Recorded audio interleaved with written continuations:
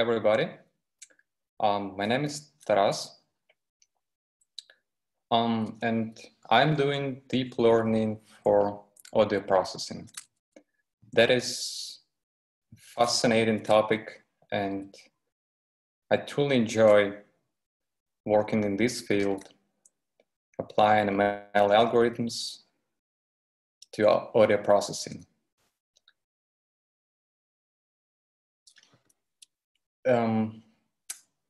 These will be like 4 lectures. 2 of those will be today and will continue tomorrow. So let me just tell you a bit about my experience and my path in audio processing. So I'm doing audio for about I don't know, maybe 4 years, maybe 3.5. I've started working on these kind of problems in Odyssey. It was a lab in Kiev, and we were working on a keyword spotting problem. So the task is to detect when the specified word was pronounced. And the application is like smart homes, and particularly Amazon Alexa. So the goal was to detect the word Alexa from Amazon Echo. We developed those algorithms and successfully showed demos to Amazon, and they were really glad to see our progress, and we have great demos. So that can be treated as a success project. And the main thing which is complicated in keyword spotting is that you want your algorithm to be as accurate as possible, to detect Alexa only when you hear Alexa, not Alex or Alexander or whatever kind of phonemes which people can pronounce. The algorithm should stay silent and only raise the flag when it hears Alexa. So it is like a real world problem, and it also needs to be, it needs being running on the embedded devices. So it should run in near real time, which is like another layer of complication. So yes, that's it. It's about Alexa and keyword spotting. Then we experimented with estimating the physical room characteristics from audio samples. Like I'm talking right now, and the goal of the algorithm was to estimate the dimensionality of the room, the coefficients which describe how sound behaves in this environment. These are like RT60 and other properties which we were trying to estimate from the raw audio. After this experience in keyword spotting, it was like my first steps in audio. I was lucky to get involved in developing the hearing aids devices for those who have like moderate problems with hearing. It was in the startup Whisper based in California, and I was working on source separation problems. Source separation is defined like, in easy words, you have like one person talking and you have some background noise, and you have all this information recorded in the single channel. So everything is mixed up. And the goal of algorithm is to separate speech from noise. A more complicated scenario will be when you have like a dialogue of two people talking, or a person talking in some bar or restaurant, when you have also speech in the background, and it's getting more complicated to separate like the primary voice you care about, the speaker, from all the rest, speakers or noises. And so the application of this source separation was to help people who have some mild problems with hearing to hear a bit better. The requirements was also that it should run in near real time. It should run in some like the wearable devices which have like constrained resources to compute source separation. So it was like a big project where we developed algorithms, hardware part. It was like another team, but anyway, it was a joy working on this problem. So it was a full cycle of real like hardware-based startup with some software innovations in machine learning and audio processing.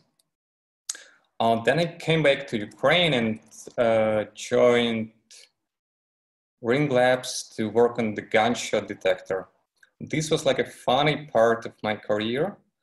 The goal was to, everybody knows about Ring and about these doorbells. And the goal was to detect the real gunshots, like somebody shooting on the streets maybe, and you would like to maybe tell the owners of the doorbells that something is going weird in your neighborhood, or maybe inform police. It's still an open question what you should do with this information. But it's like out of my competence to decide how this information should be delivered to the end user. So I was concentrated on the algorithms development, and I developed a prototype of the gunshot detector, which is able to tell apart if it's a gunshot or something else. And I was able to develop to run it on the actual doorbells as a prototype. And that's it. But my dream was to work on something more exciting to me, on speech. And before all of these, like gunshots and source separations, I was working on my own project for doing the automated dubbing, the dubbing of the movies. So I guess majority of you know what dubbing is.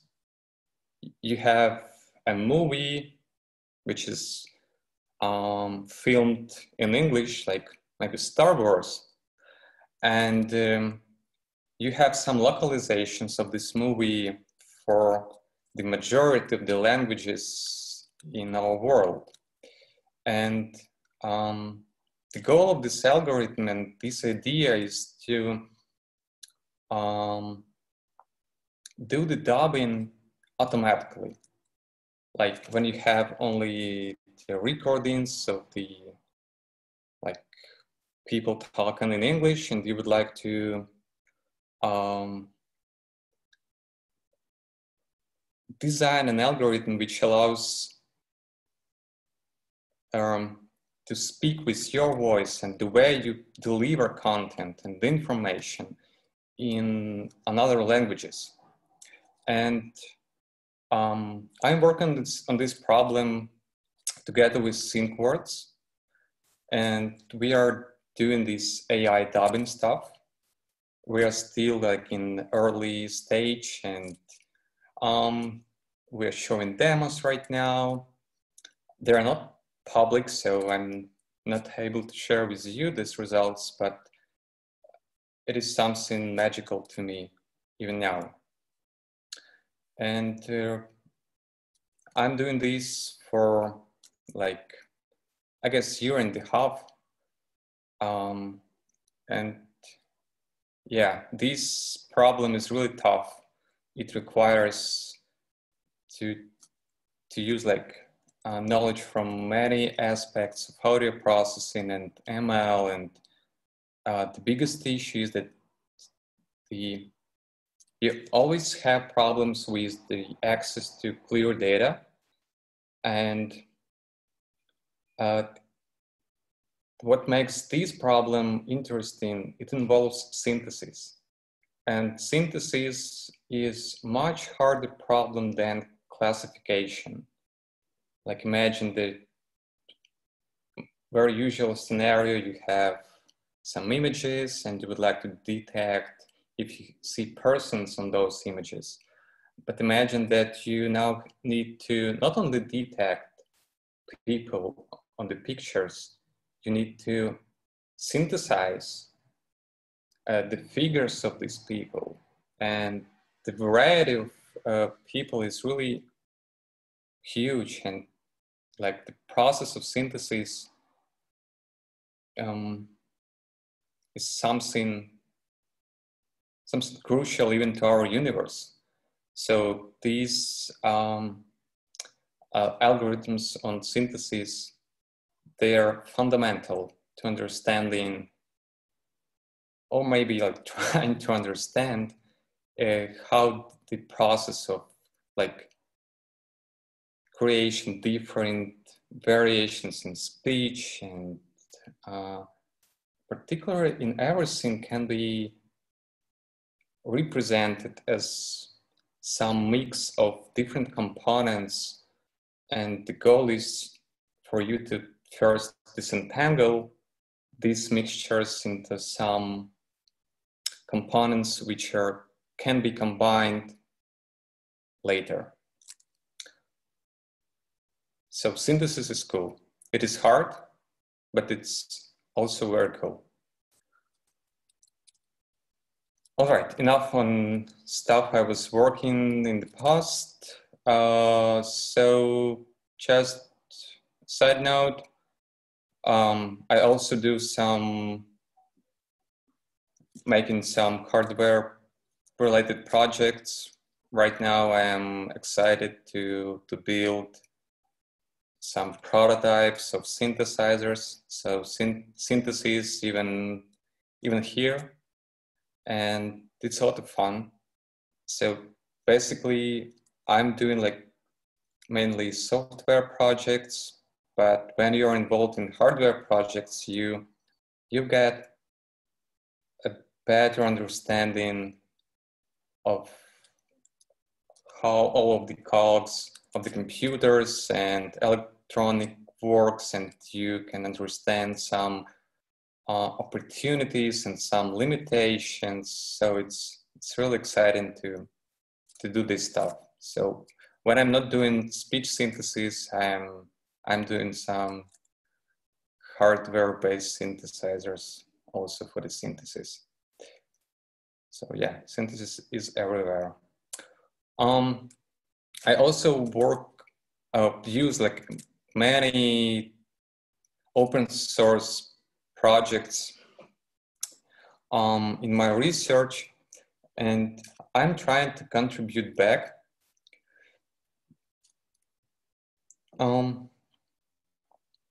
Since it is important to develop their open source culture, and when I have some free time, I'm contributing to ML related projects, PyTorch audio, and other open source things on the GitHub. You can take a look if you want to, but yeah, it's unfortunately I don't have much time to work on this. So yeah, open source is cool, and I encourage you to contribute as well. All right. So let's move on to the plan of lectures we have for today and tomorrow.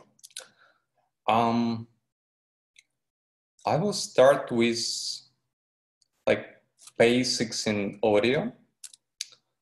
I will introduce you to some audio processing toolboxes which we use now, which allows us to do audio manipulation in relatively painless way.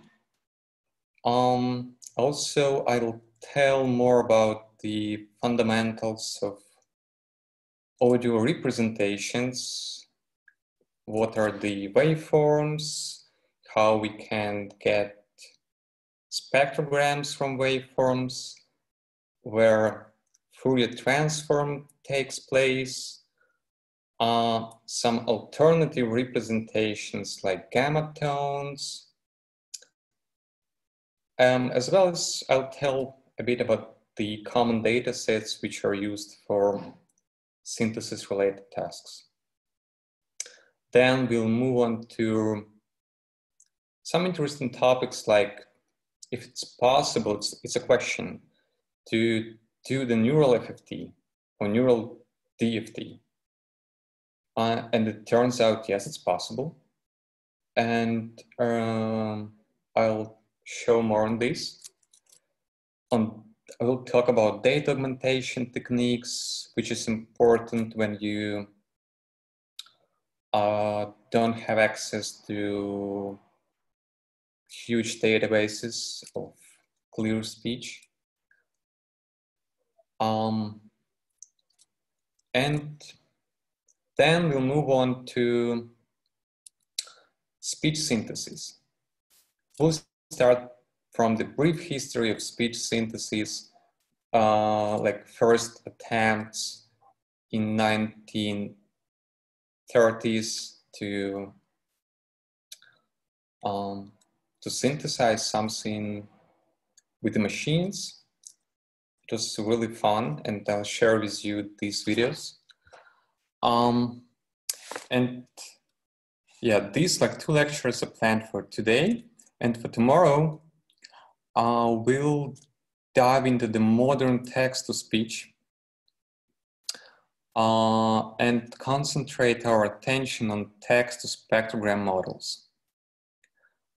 We'll talk more about the graphemes, the phonemes, how to build multi-speaker and multi-head models of speech synthesis.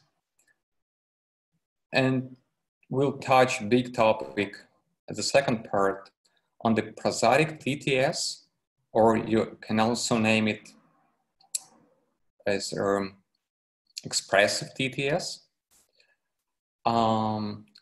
How to encode the prosody, what are the style tokens, how we can leverage the power of VAEs for them to serve as the purpose of informational bottlenecks. And we'll conclude with the very exciting topic, the zero resource text-to-speech. By zero resource, I mean, and community means, the speech synthesis without text. So to do the synthesis for some low resource languages, even for languages which do not have developed alphabets for writing down these languages.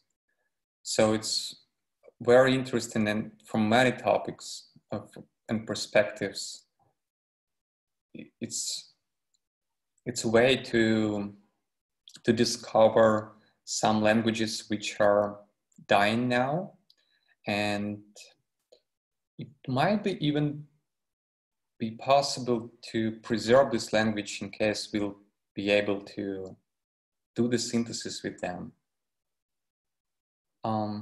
As well, it touches languages with the limited amount of the text data, some unpopular languages. So that is the plan. That is the plan for these 2 days. And we'll start now with the first lecture.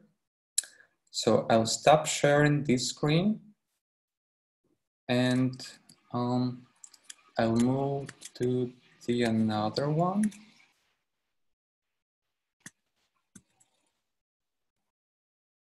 Okay.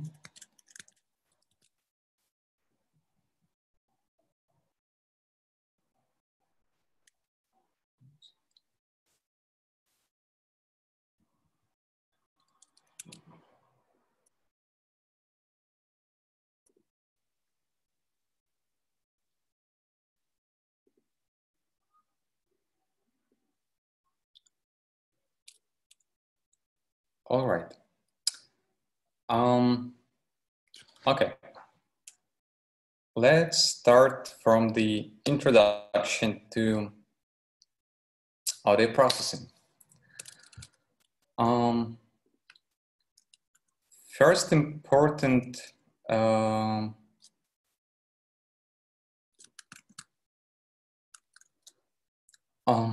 thing I would like to start from is that why it's interesting to work with audio. Audio is everywhere, and it is a physical concept. It has physical nature, and apart from being physically here, we also have a perception of audio. So it's like another layer how we humans can perceive or digest some audio information which we are exposed to.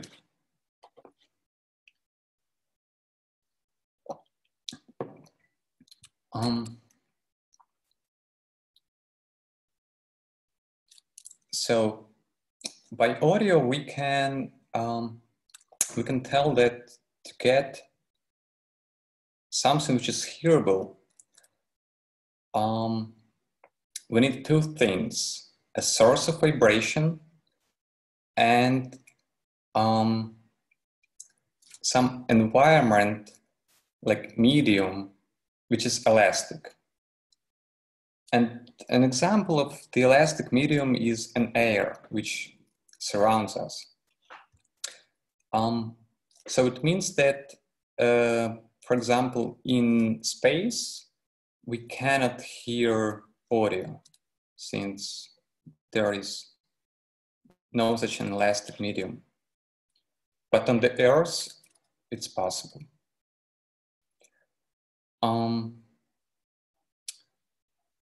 So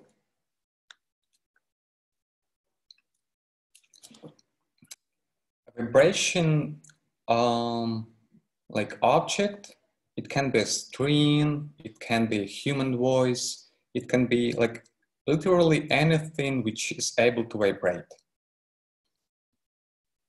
By vibration, we mean some oscillations. When this like vibrating object, it just goes up and down, and by this movement, it disturbs some molecules in the air. And what we hear is basically the change of the air pressure. So it's kind of beautiful that everything which is related to audio is just the sequence of changes of the pressure of the air.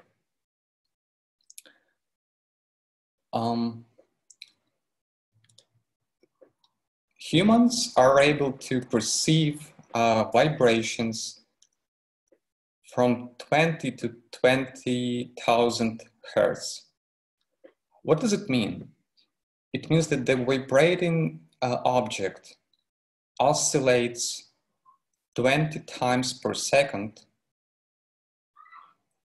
or like up to 20,000 times per second. And these kind of vibrations we can perceive, we can hear. All the rest vibrations, which are also fully possible, we just cannot hear, understand. These ranges are important, and we'll get back to them very soon. But now I would like to show you one great visualization of the waveforms.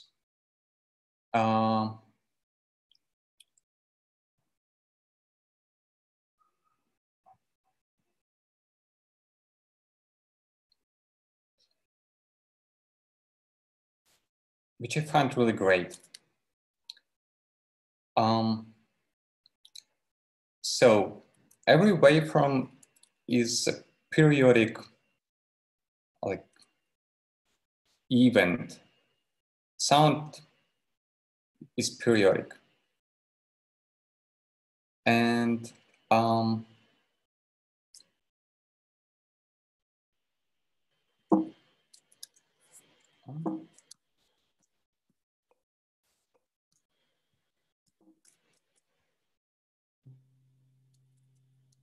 hope that you can hear the sound now. So when we see the waveform or hear it, it's an abstract representation of how the molecules oscillate.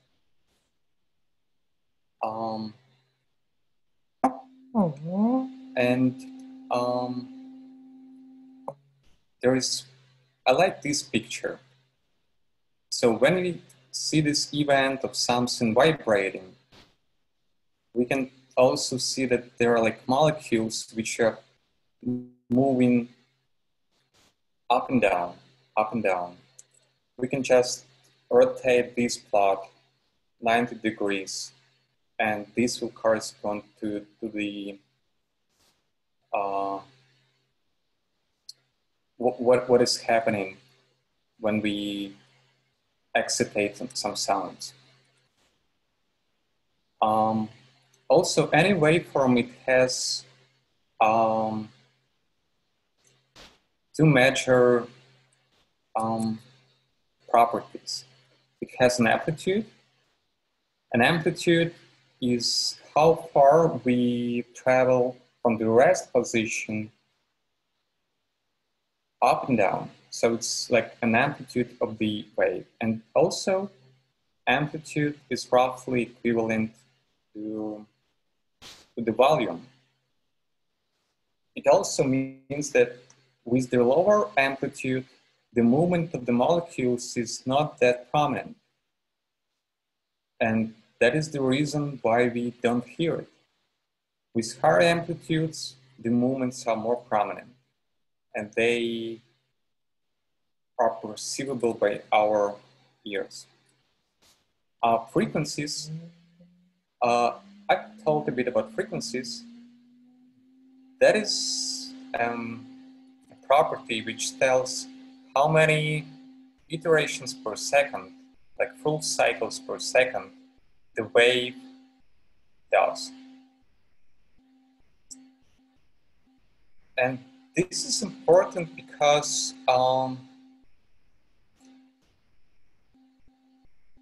later we'll see that I need to reduce the volume a bit. Sounds a bit annoying now. So it turns out that all of the complex waveforms, the real human speech, can be decomposed as like a set of waves of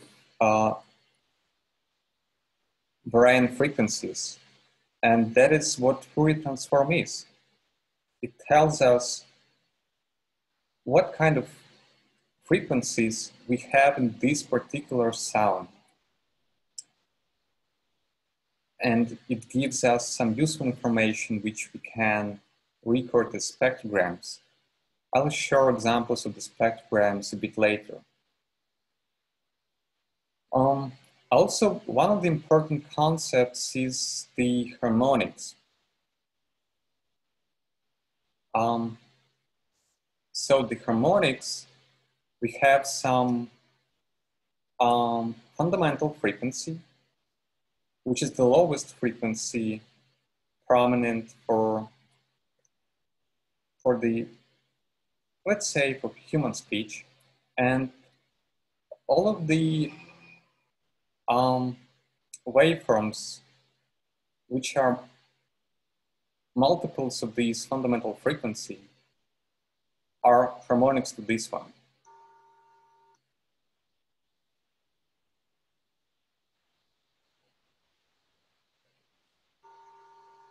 There are like some triangular waveforms, which sound not that pleasant for us.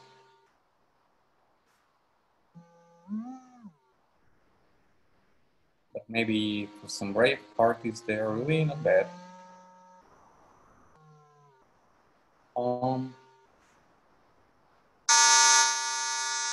These square waveforms.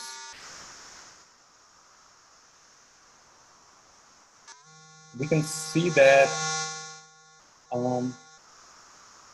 not like a single component is here. It's like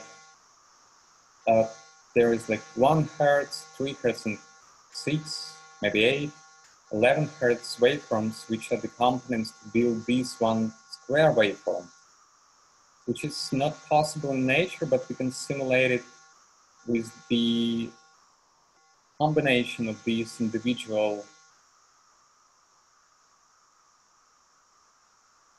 waveforms of different frequencies.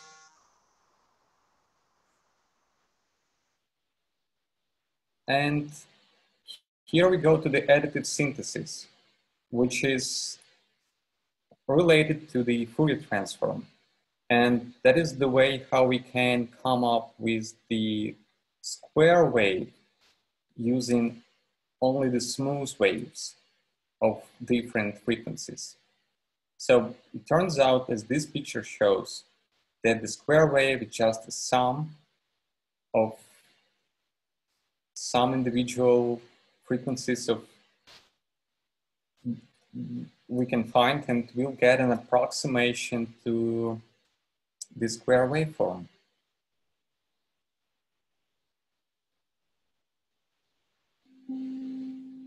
Also, there is an important concept regarding the waves is the phase. Phase is just like the position in time when we just start our oscillation. And what's interesting with phase, when we have two waves which are standing like opposite one another with the same frequency, but with the shift in phase such that they cancel each other. So when we sum up the blue one with the red one waves, we just get 0. We physically have like 2 waves oscillating, but when they happen together, we just hear the silence. That's the basis of how the active noise canceling works. So yeah, that's like an interesting part, how we just can manipulate with phase and try to cancel unwanted noise.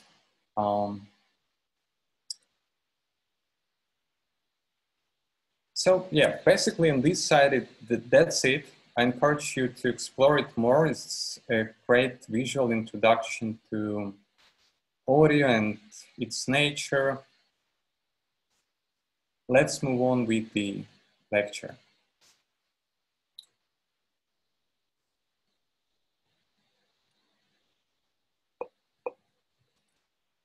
All right, so we have a waveform which has some frequency and some amplitude, which corresponds to loudness. That's great.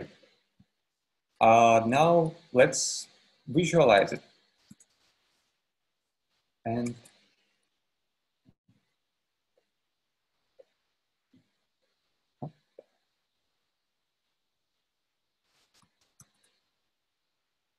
great.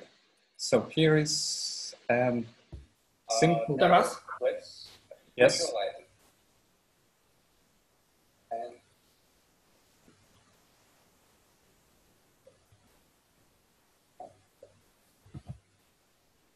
Taras, sorry, before we move forward, students were asking to increase the size of the code.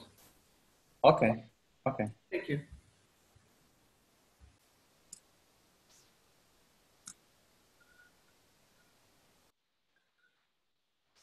Does it look better? It should. For me, it's quite good. Yeah, thank you. Okay. It's not very convenient on my side, but I guess it should be all right. All right, we have a simple function like sine of x, and in case we would like to increase its frequency, like the easiest way is just to have a sine of 2x. And we can observe that the this function makes like it's a 2 Hertz wave comparing to sine of x, which is the 1 Hertz wave. Let me show you this. So let's say we have x equal pi and some x equal minus pi. All right, so we have like a period of the sine is from pi to minus pi, and we can see that sine of x makes exactly 1 period. So it starts here, it goes down, then it inflects, goes up, and gets back to the rest position. So that is like 1 cycle. And that is a sine of x. When we have sine of 2x, we do 2 cycles. And you know what I mean. So it roughly corresponds to, like, that way we can visualize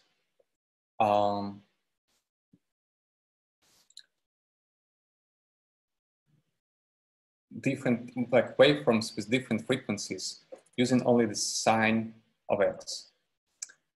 How we would like to manipulate with the amplitude. So for amplitude, let's have a new variable, which will be a, and we'll add a slider, and that will be a limited slider from 0 to say 10. And yes, that's it. So by amplitude, we mean the displacement of the molecules. So in case our function just behaves like this, we can this way visualize how we can displace the molecules which surround this periodic function.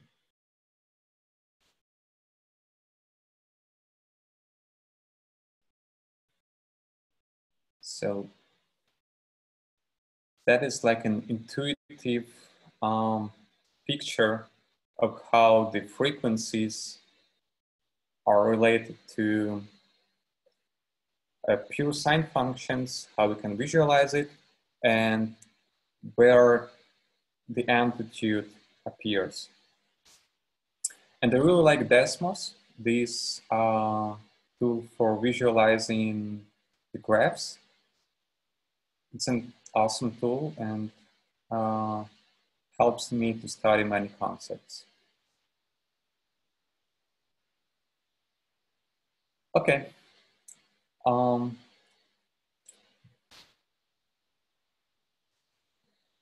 So I haven't noticed these, but it should be intuitive that these like physical waves, they are non-discrete, they are smooth functions. And all of the computers we have, they digest the discrete information. And we would like to represent the continuous events of the speech, of any sounds, using computers. So we would like to have a digital representations of audio. And for this purpose, I'll start to annotate now. Should be somewhere here. Okay.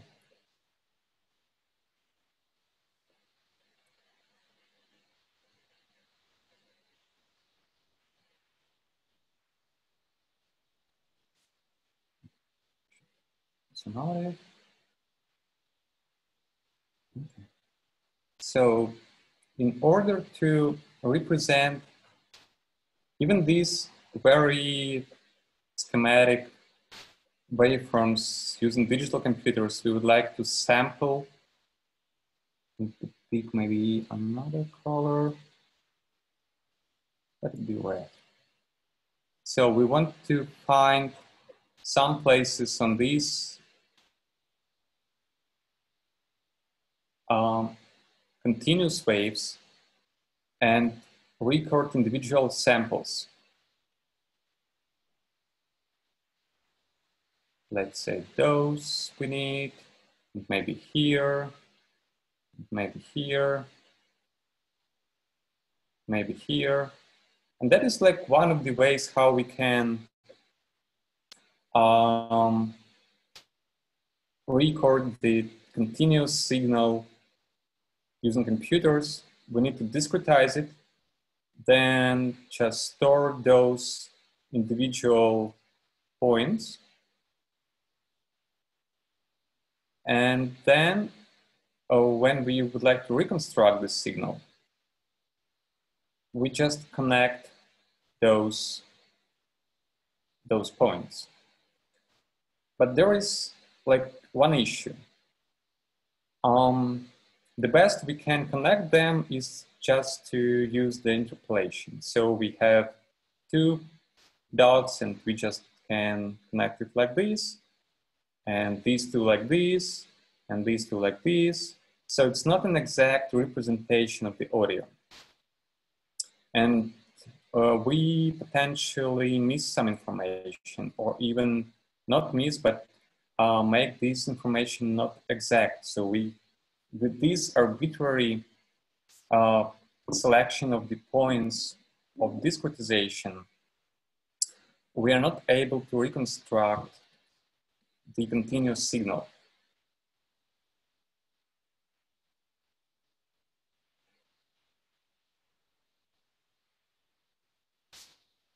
So for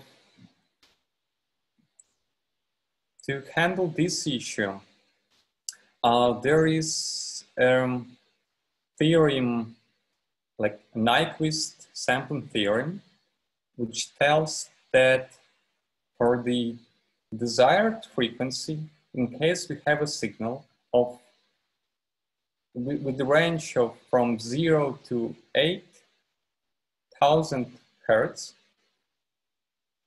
we would like to sample it of the double size of the maximum frequency. I will not go into the proving of this theorem. I'm leaving the links to the Wikipedia for those who are interested. But the point is that to represent accurately all of the ranges of the perceivable human speech, we need to have a sampling rate of our signal, continuous signal, at least 44,000 hertz. And that is like, that's why we have this sampling rate of 44 kilohertz. It is on purpose to represent all of the perceivable range of the sounds human can hear. Also, there are like other available sampling rates which are widely used. For example, 22 kilohertz. Basically, in speech synthesis, we usually use 22 kilohertz since there's like multiple aspects to this. First, the less sampling rate is the less amount of data, like the majority of the data we're interested in is in the range of like up until 8 kilohertz is a human speech. So 22 is fine. And it was even used in the MP3 encodings in the past. So we use these just to reduce the amount of unnecessary information we are throwing into the model. So 22 is fine. For sure, 44 is better. When you use 22,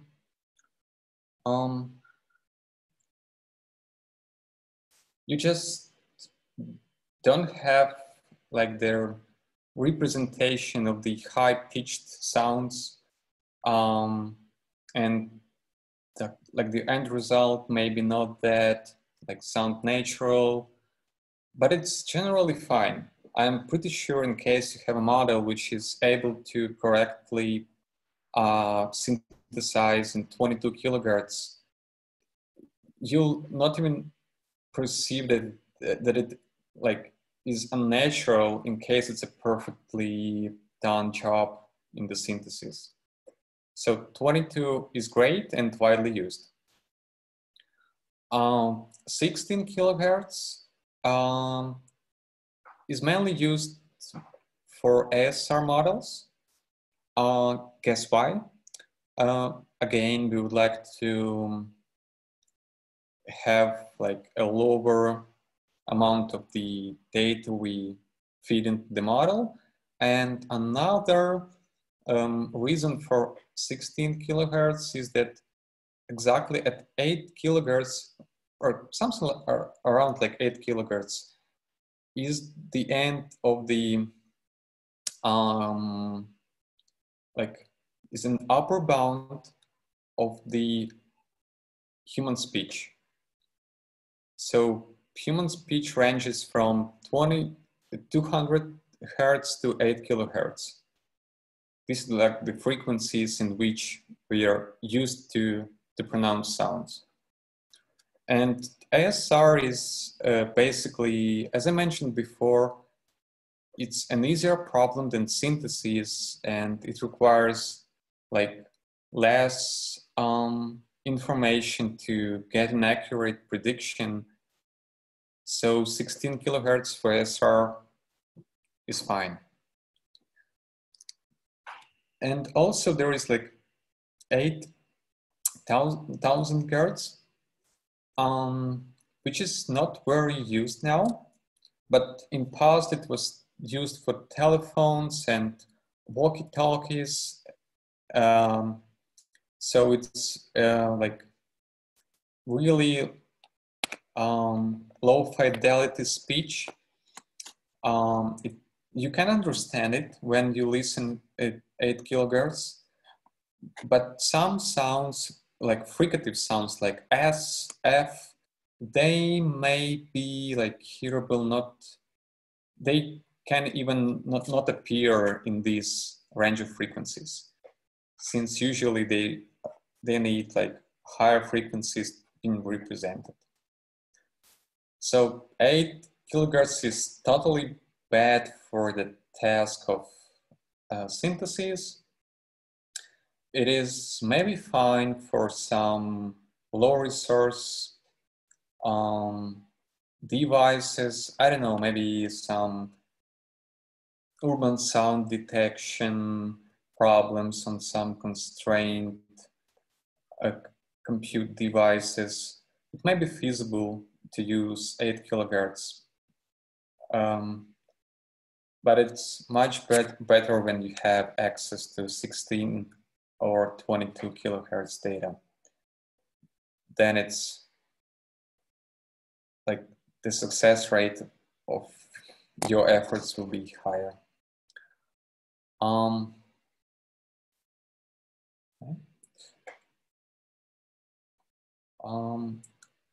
All right, so the sampling rate tells us how many times per second we do the samples of the continuous signal. So it's easy. We have some continuous signal and we just sample 22,000 points per 1 second to represent this signal as a digital, to have a digital representation of it. So there is another like crucial property is the amount of bits we use to represent each individual point. And this corresponds to fidelity, like the resolution.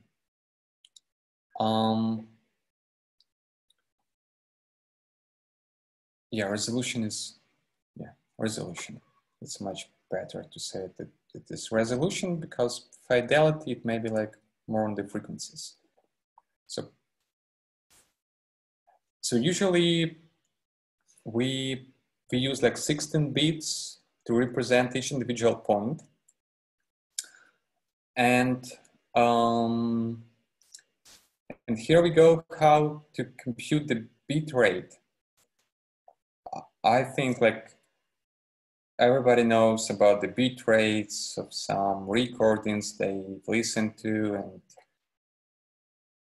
usually people operate with this terminology of the bit rates. So bit rate is just the sampling rate multiplied by the bit depth. So the amount of the samples we do per second and the how many bits we spend to store each individual sample. And also interesting part is that, for example, tape, records, vinyl, these two mediums, they store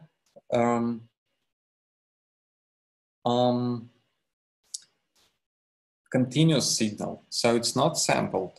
That's why like the fans are some people who are really sensitive to audio quality. They just like the vinyl and these kind of mediums to truly enjoy the quality of their beloved band. When it comes to digital representations, we also have sampling. For now, that is like the part of our life. For sure, there is even higher sampling rates of like 48 kilohertz, even up to 96 and even higher. But those high sample rates, they mainly used for some research purposes. And I don't know how we'll benefit from them as just consumers of some audio information. Since we are just limited to hear 22 kilohertz, like the maximum. So that's it on the digital representation. And let's move on to some useful tools. I really love SOX. That is a great library which allows you to do any kind of manipulations which you want to with the sound. You would like to resample it, add some noise, combine like two sounds into one, add some reverberation, do some crazy stuff with it. Like anything you want to do, you can do with the SOX. So imagine it's like a cool audio processing toolbox in your command line in the terminal, and that is great. So SOX has a beautiful tool to get you some information about your audio files. You can just use this tool SOXy and see that some audio have like 22 kilohertz sampling rate, it's like 16-bit. You know the file size, the bit rate, everything's here. It also like allows you to, the SOX itself, as I told before, it allows you to easily resample audio signals to arbitrary sampling rates. But beware, it makes sense to downsample. For example, we have a signal of 22 kilohertz and we want to get a signal of 8 kilohertz. It is viable to do this. So we will effectively resample it and get something like more compressed, but it's fine. But in case we'd like to upsample from 8 kilohertz to 22, we just don't have this missing information in their higher frequencies. So we upsampling without neural nets, like just using the default algorithms of resampling, just doesn't make sense to me, because you just have like zeros in the higher frequencies, and it doesn't make sense. But I'm showing here how to resample, like downsample the signal to 8 kilohertz, and that is like the same media file which was before. But now it's like, instead of 22 kilohertz, it's like 8 kilohertz. And you can notice that the file size just decreased like almost 3 times.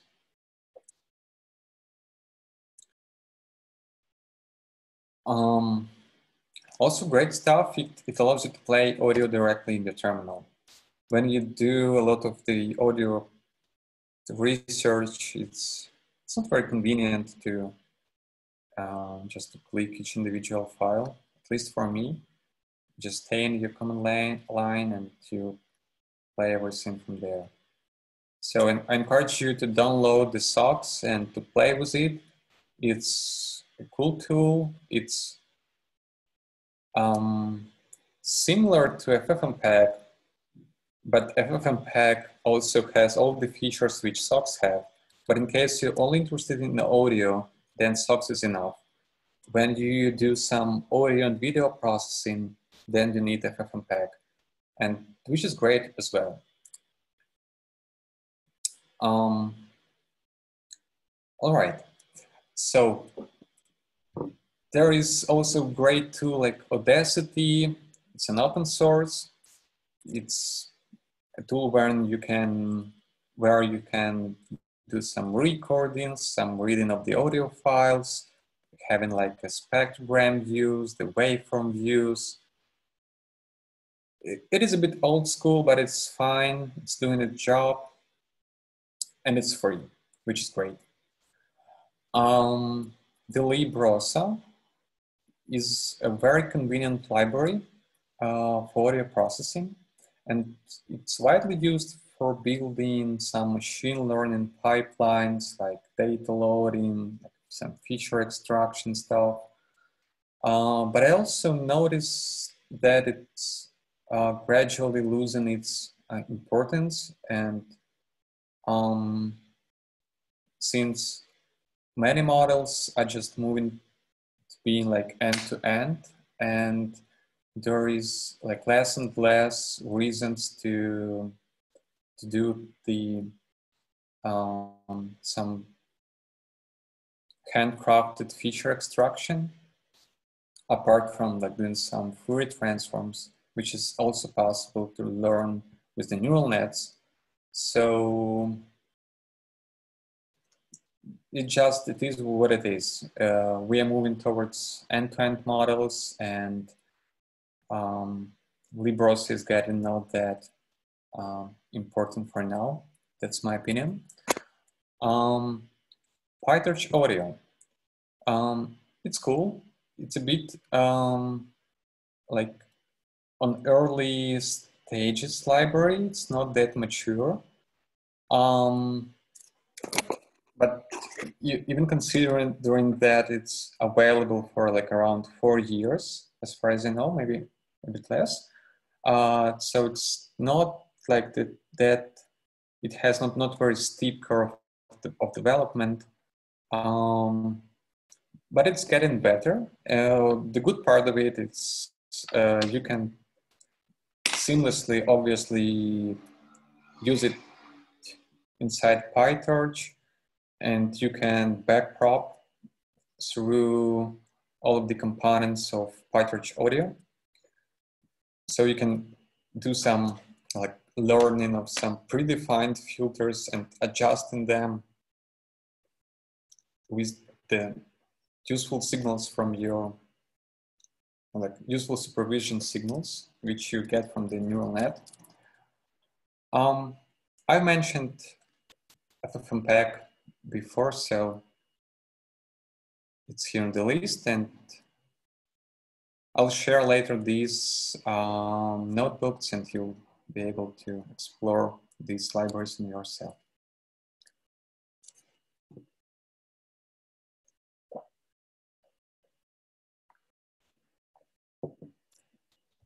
All right.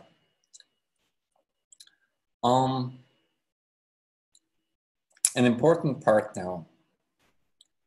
So we know how to digitally represent audio. It is a waveform, and it's represented in a time domain. So it's a wave in time, like a varying amount of like air pressure in time. One problem with this representation is that to represent 1 second of speech with 22 kilohertz, we need 22 float numbers to store it. And it's not like very convenient to manipulate with this kind of information. We would like to have like another views on it, and maybe we want to group some like this information in some like frequencies, individual frequencies, and understand if these frequencies are present here or not present there. And we want to do some frequency-based analysis. Since frequencies, they show some patterns. When we just look at the waveform, it looks like this.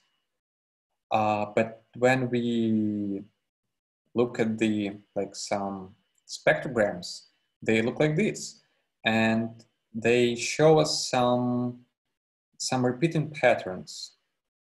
And these patterns are really good features and the way to represent these features for neural nets, since neural nets are just computational tools which are able to do the correlations, the lookup for the patterns very well. And the goal of the researcher and the developer of these algorithms is to try to represent the signal in the way where the patterns are salient, like when they are visible. So the spectrograms view is great for this purpose. And we'll talk about this more now. Okay, so that's where the discrete Fourier transform is involved. Let me try to build you some intuition to help you understand what we are doing here. So we have some signal, which is lowercase x with the endpoints, and we would like to get a correlation of this signal with some particular frequency. And then we just store this this float, which is the result of this multiply and add operation, as a response that for this kind of signal, we have some correlation value, which is stored there. So let me just draw an example. I don't like the red color now. Let's have it, I know. Let's have green. Okay. So imagine we have some signal, which might be like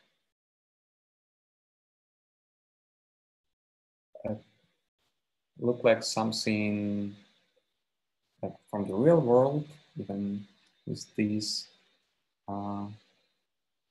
sketchy illustration. And we have some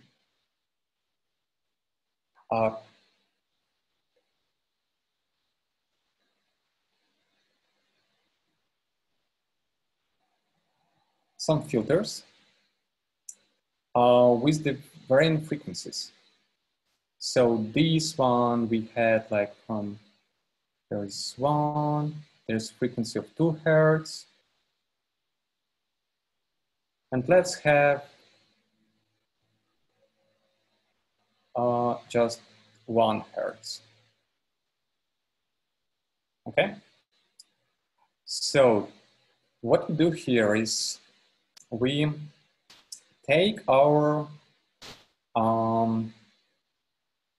filter, for example, this one, a 2 Hertz filter, and we take our signal. And what we do, we are like take a window of our signal. It's important for the amount of the like elements for this sum being valid being the same in the signal and the filter.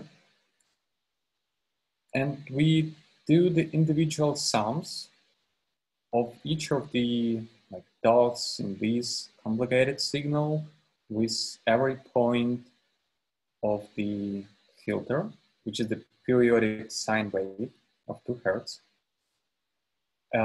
We do this multiplication and then sum and just record the response as like x of sum 2, which is the index of the frequency, which equals to this summation. I like to do some visual stuff, so let's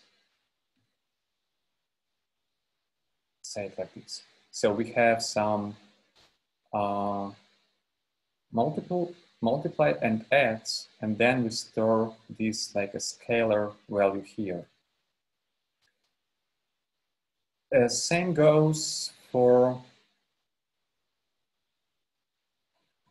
this filter of 1 Hertz.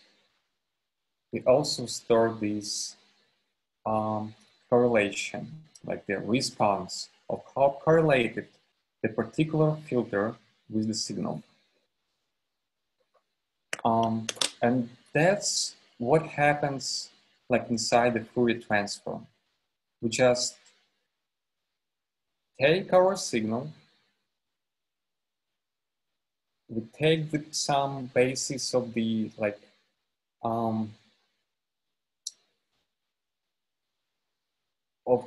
different filters ranging from like 1 Hertz up to some specified number, and we measure the correlation between the signal and a filter. Now, I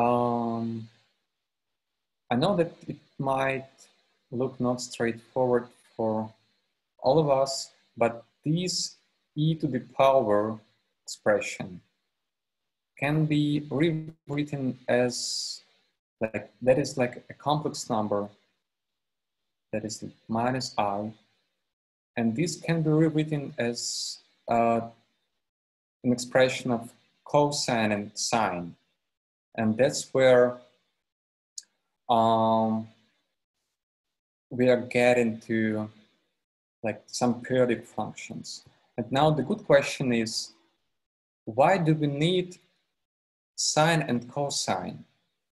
Why can't we just do the correlation with not a complex number, but with the real number? For example, with the sine waves, or just with the cosine waves. How can we benefit from having the correlation with the complex numbers?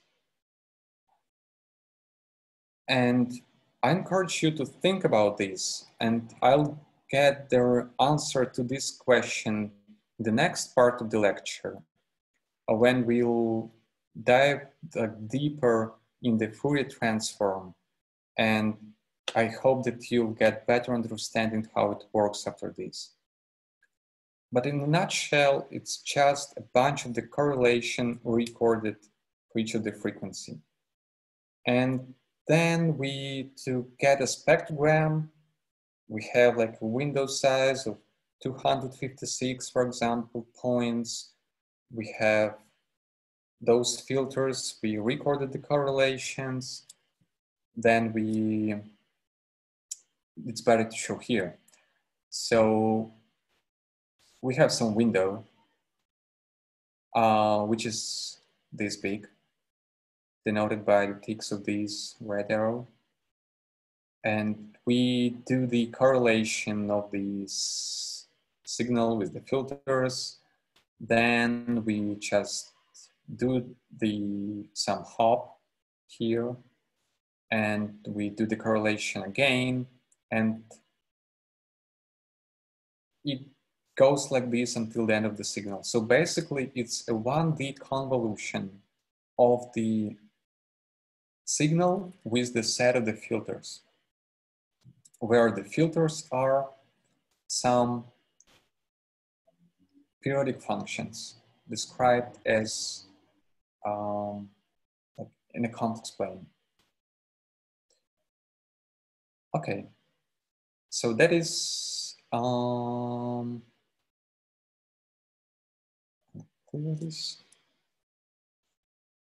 A naive implementation of the discrete Fourier transform, which is very slow, but it's just to illustrate how it can be like implemented just naively, just looking at the formulas, and denote that to resolve the spectrum, it will be just like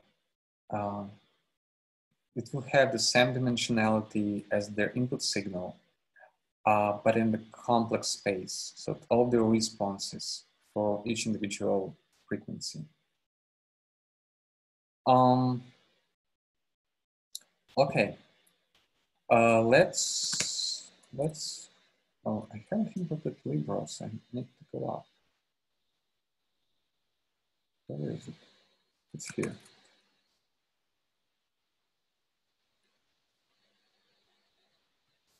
So as I told before, Libros is convenient, but maybe for some these kind of visualizations and ad hoc loadings. So here is some sound of like piano playing.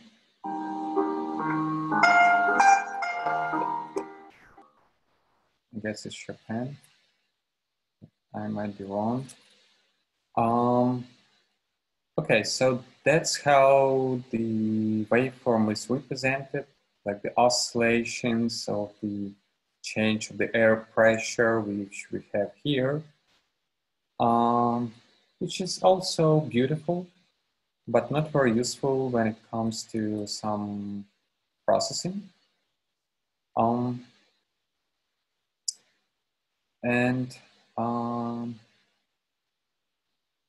Here I'm using my like DFT nav implementation I haven't defined my complex. This side. Okay. All right. So here I've taken like 520, like last 520 points of the signal and computed the DFT of it. And then I took the magnitude of it, which is like the magnitude of the complex numbers is just an Euclidean distance between their like real and imaginary parts. That is also for illustration purpose, since NumPy usually works for you if it's a real number, magnitude, or a complex number. It doesn't matter. Absolute value computes easily with it, but I decided just to put this tiny implementation here. So, and here is the implementation of the NumPy, same operation. Mine is for sure very slow since it's a naive implementation. And you can notice here that this one is FFT, which stands for the fast Fourier transform. It uses some like bit of dynamic programming when you just do some memorization of the past results you computed, speed up the computation of the FFT, the whole spectrogram. And yeah, it works really fast. So they're close. And also, we can see here that the result of a DFT, the one I computed here is basically just a mirror part. So we have it is the same to the left, like mirrored to the right. And it is redundant for us to store like results of DFT in this way. And usually we just operate on the one-sided Fourier transforms. Like the reason why it's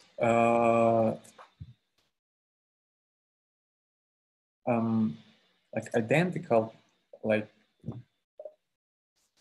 it's because of the periodicity of the signal, and we just don't care about like their second part of the results of the DFT. We just care about the first one. So that's why we only use the one-sided DFTs. So as I mentioned before,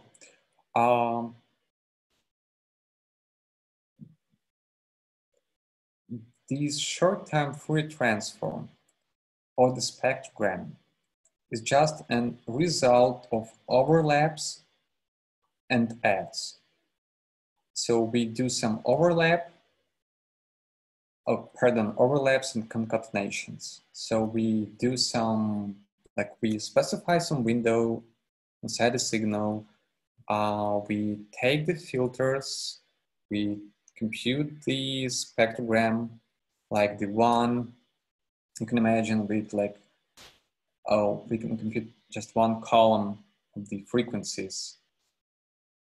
We store it, then we make a step. We do the same job. We look for the correlations for the next part of the signal with the same filters. We store the correlations in the next column, and we just concatenate these columns, which basically results in a 2D matrix. So that is a convenient way on how we can get from the 1D representation of the audio, and you see that it's a 1D representation and of a waveform to some like two-dimensional representation, which is rich of filters, which have some regularities, like better founded by the neural nets. And that is the reason why we operate on the spectrograms. So here's the same audio which I played before, this Chopin playing, but in the view of a spectrogram. And what we can see here is that there are like some patterns, like the horizontal strokes. And these are like, they happen, you can see that they are just like some spikes or just some spikes, like horizontal spikes. These are just individual notes, are like the frequencies of the notes can be found here, and they're just lasting for some time. Maybe these are even just some chords. And these are just considered as resonating patterns. So this is like one frequency which lasts for some time. It can be just a chord.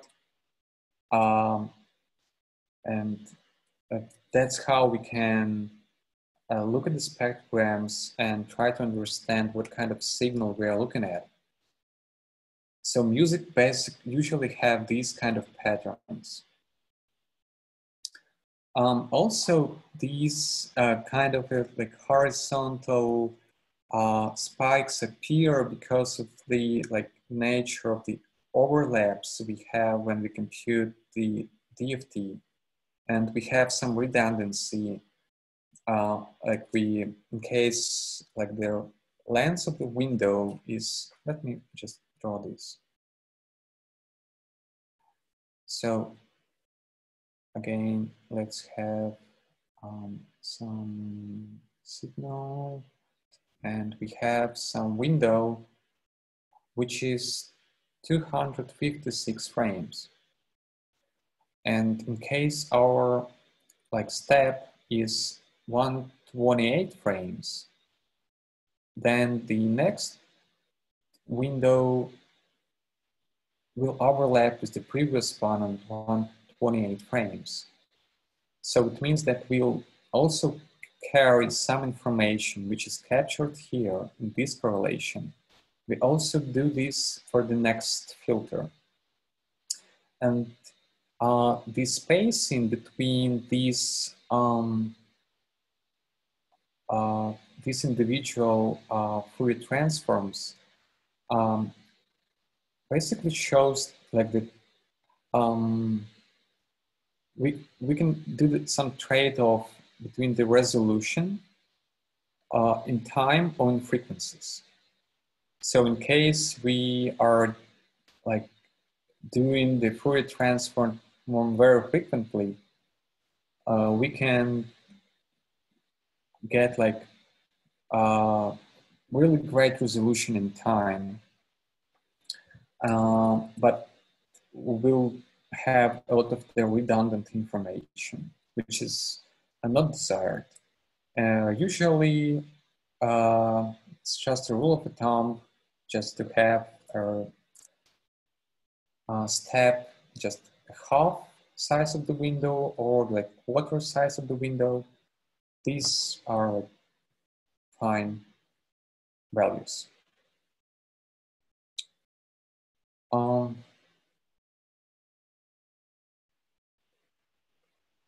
Okay, so let's move on. It was also noticed that the way humans perceive audio, like when we come from like one frequency to another frequency, the change of the like pitch which we perceive is not linear. It's rather like logarithmic. So in order to obtain like some scale which is more like designed for how humans perceive sounds, the Mel scale was developed. And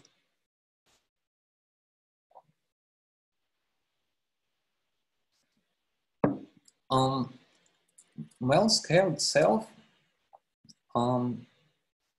is just, we have some centered frequencies, like here in maybe 900, maybe here is like 780 or whatever. We have these like center frequencies for each of the filters, whichever of those is just a rectangular filter, which puts some emphasis on the center frequency and linearly decrease the importance of all of the surrounded frequencies to the left and to the right of this center frequency. So to obtain the Mel spectrogram, we can take our short time Fourier transform spectrogram and do one more matrix multiplication with those triangular filters. And we'll get the Mel spectrogram. So we define the Mel basis, which is the amount of those filters. We specify the amount of the filters and the number of the components. And we get these metrics. It's like a 2D matrix, which we just matrix multiply with the spectrogram in order to get the Mel spectrogram. So a bit of history here. The Mel itself comes from the melody. It's like a shorthand for the melody. it indicates that names come from the pitch comparison. So imagine that we have some tests on hearing, and person is asked to compare how like 8,000 hertz compares to 7,500 hertz. And we just found this way, those frequencies, when we do like one step from one frequency to another frequency, the difference is just more linear on our perception. So it's a designed scale for like human perception. And it also allows us to do some dimensionality reduction and get our features in a more compact way.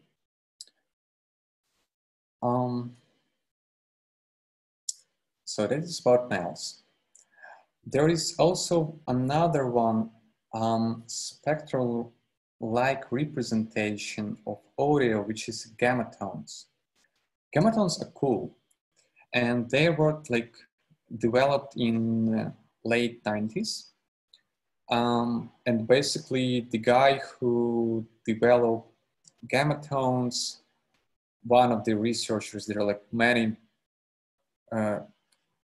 it's not that straightforward for me who exactly developed those, since I personally found like several implementations of them.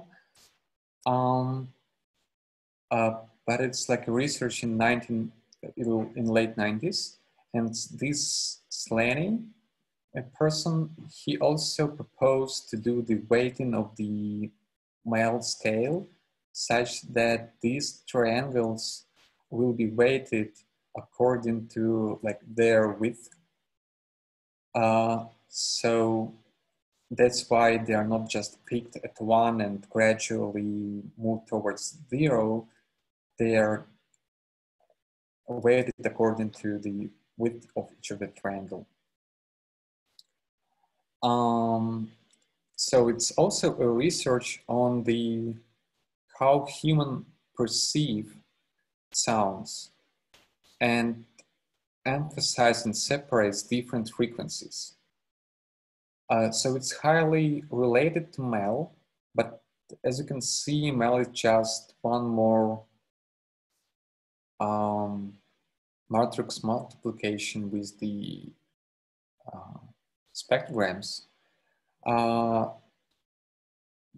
Regarding gamma tones, there's like more complicated way how they're computed, but it turns out as well that they can be approximated from the Fourier spectrograms. So they're connected to spectrograms, but the Fourier spectrograms, but they're trying to emphasize those frequencies which are important to our hearing, which makes sense since we don't want to put the information in the model which is not relevant to the task we are solving. And in most cases, we do care about only those frequencies which are important.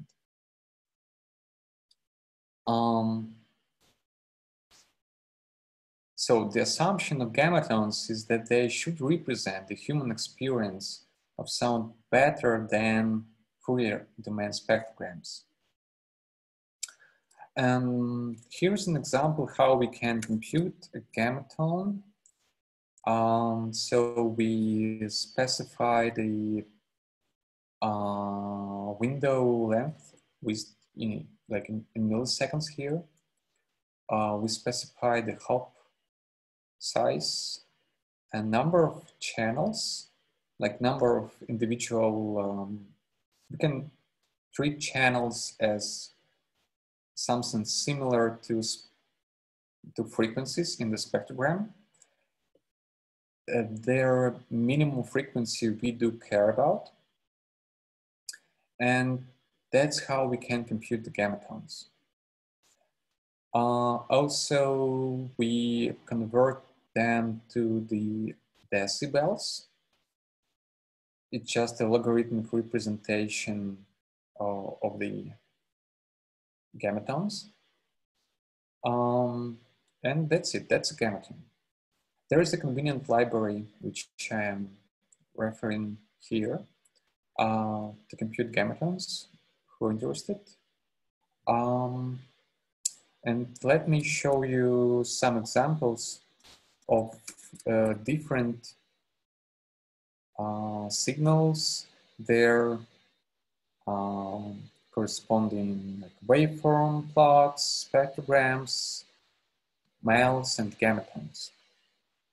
All right, so let's start looking at them.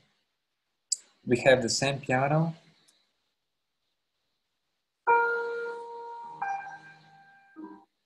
So here we can see that it was like a bit of a silence. It was there.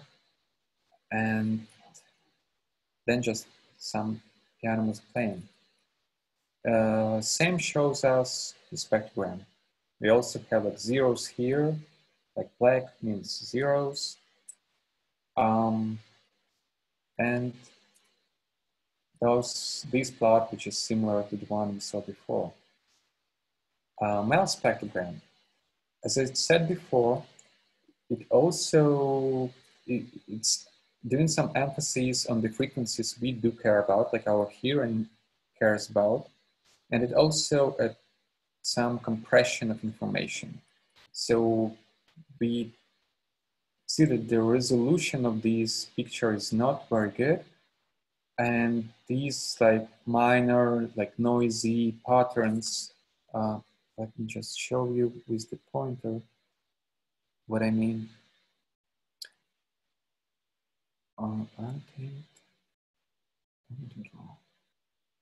So these noisy parts, that is like a high frequency noise. It's absolutely absent here. But those which are like lower frequencies, they are even more like salient.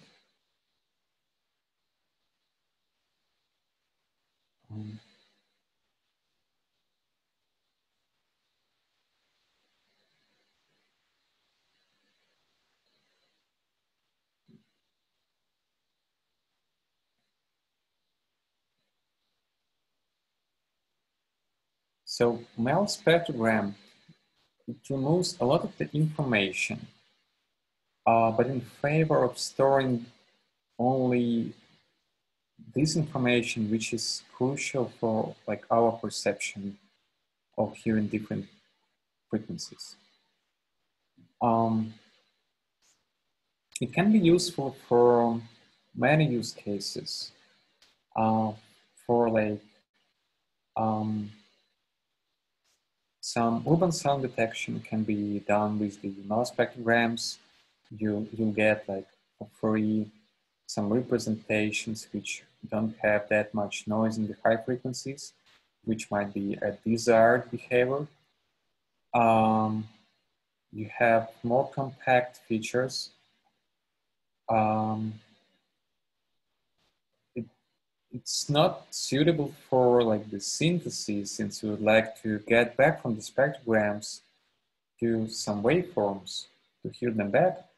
But like for many intermediate representations, maybe like some supplementary features or some speaker identification algorithms or some speaker identification algorithms, they can be used. And the benefits are they're pretty low dimensional.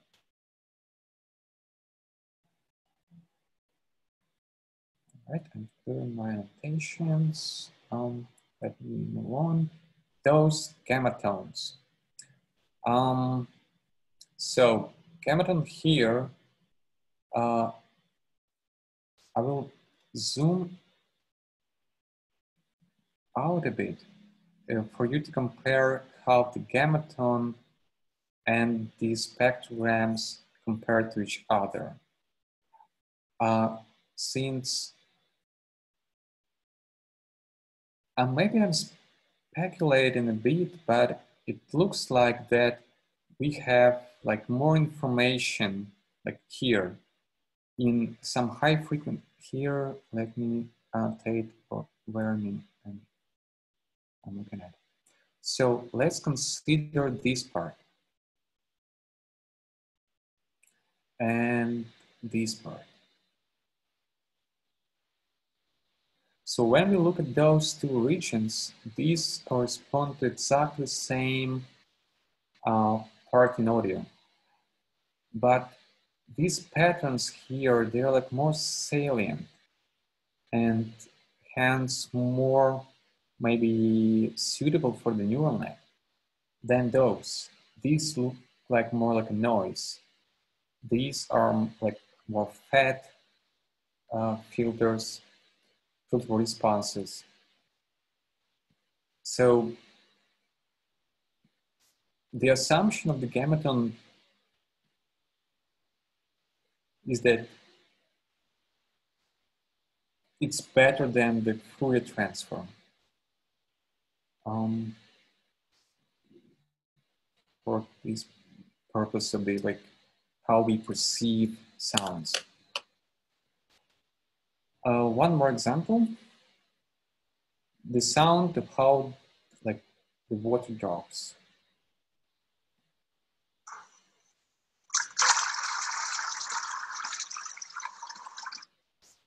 You see that in the spectrogram, it just looks like almost like a universal noise.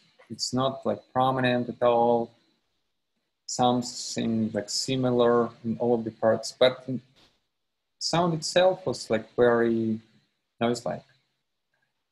MEL spectrogram also looks not that interesting. Same goes to the gamma tones. Let's listen to one more. Thunder.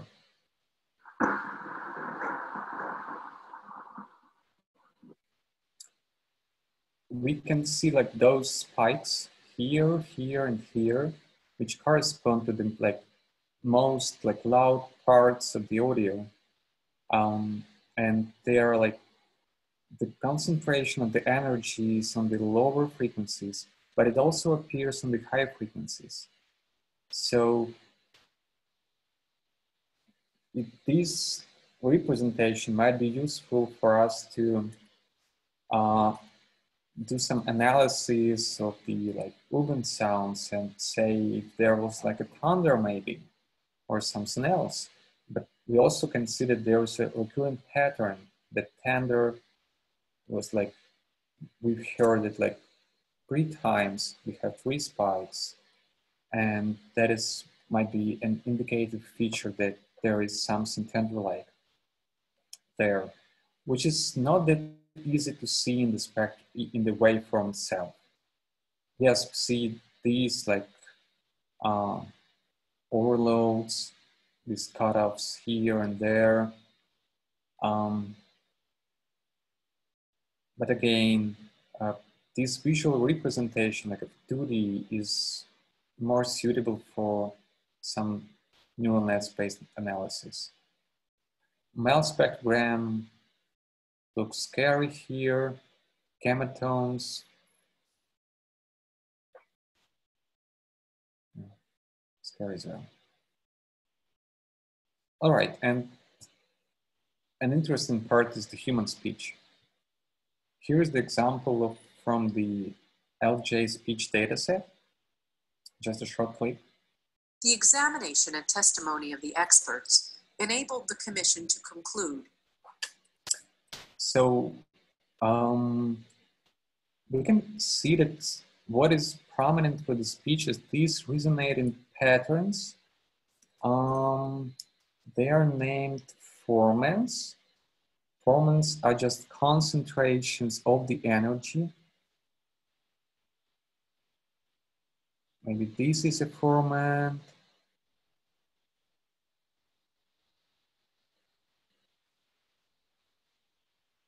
That's a formant as well. And there is like some resonating patterns, like the horizontal strokes here, which show that is a speech. And those as well. That's what distinguishes speech signal from the other signals we've seen before. And these are fricative sounds, I suppose. They're like higher frequencies, these are like lower frequencies. So when you do a lot of the, when you look at the gamut, at the spectrograms a lot, you start to at least distinguish where you can see the speech or some other kind of a signal, where is the noise or the speech, where is the like thunderstorm or whatever. But unfortunately, I still cannot understand what it says when you look at the spectrogram. I'd love to. In this case, mouse spectrogram just brought us like their important information about the sounds, and maybe this representation will be great for some speech recognition algorithms. It looks like that it might work, but again, just plain spectrograms work better than mouse in my experience. Gamma tones for speech looks cool and very highly detailed. You see those black holes here, just a black hole. But here, it's a region full of some information. For example, look at those, like those patterns. It looks like this one present here as well, but it's kind of messed up. And it just, but intuitively, it's more, it has more information which is relevant when you do some speech synthesis. But again, like the combination of the features may be even more beneficial when you have different features. They can act complementary with the aim of like helping each other to solve an end task. The main requirement is to just to extract those features in a different way, such that the nature of feature extraction would help to, would be different enough. Like it's like building an ensemble. When you have like different experts in different fields and you ask them what kind of sound you see or perceive here, they can have like their judges based on perception they have, like those they were exposed to. And when you have like an ensemble of different features, you might get better model. And I guess that is the last one I have here. There's sound of a bird whistling.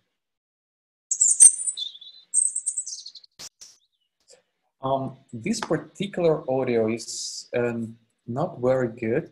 As you can see, there is a cutoff of the frequencies, like the lower frequencies, which looks artificial.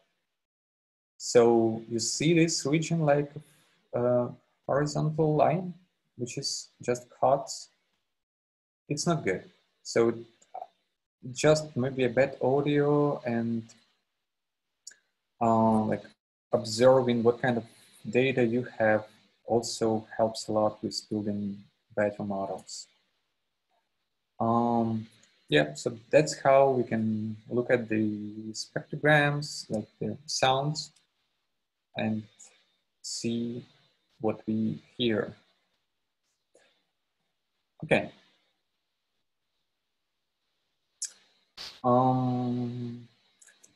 And for the conclusion for this part, here are like some data sets which are important for speech synthesis and speech recognition as well. Audio set is a great data set released by Google.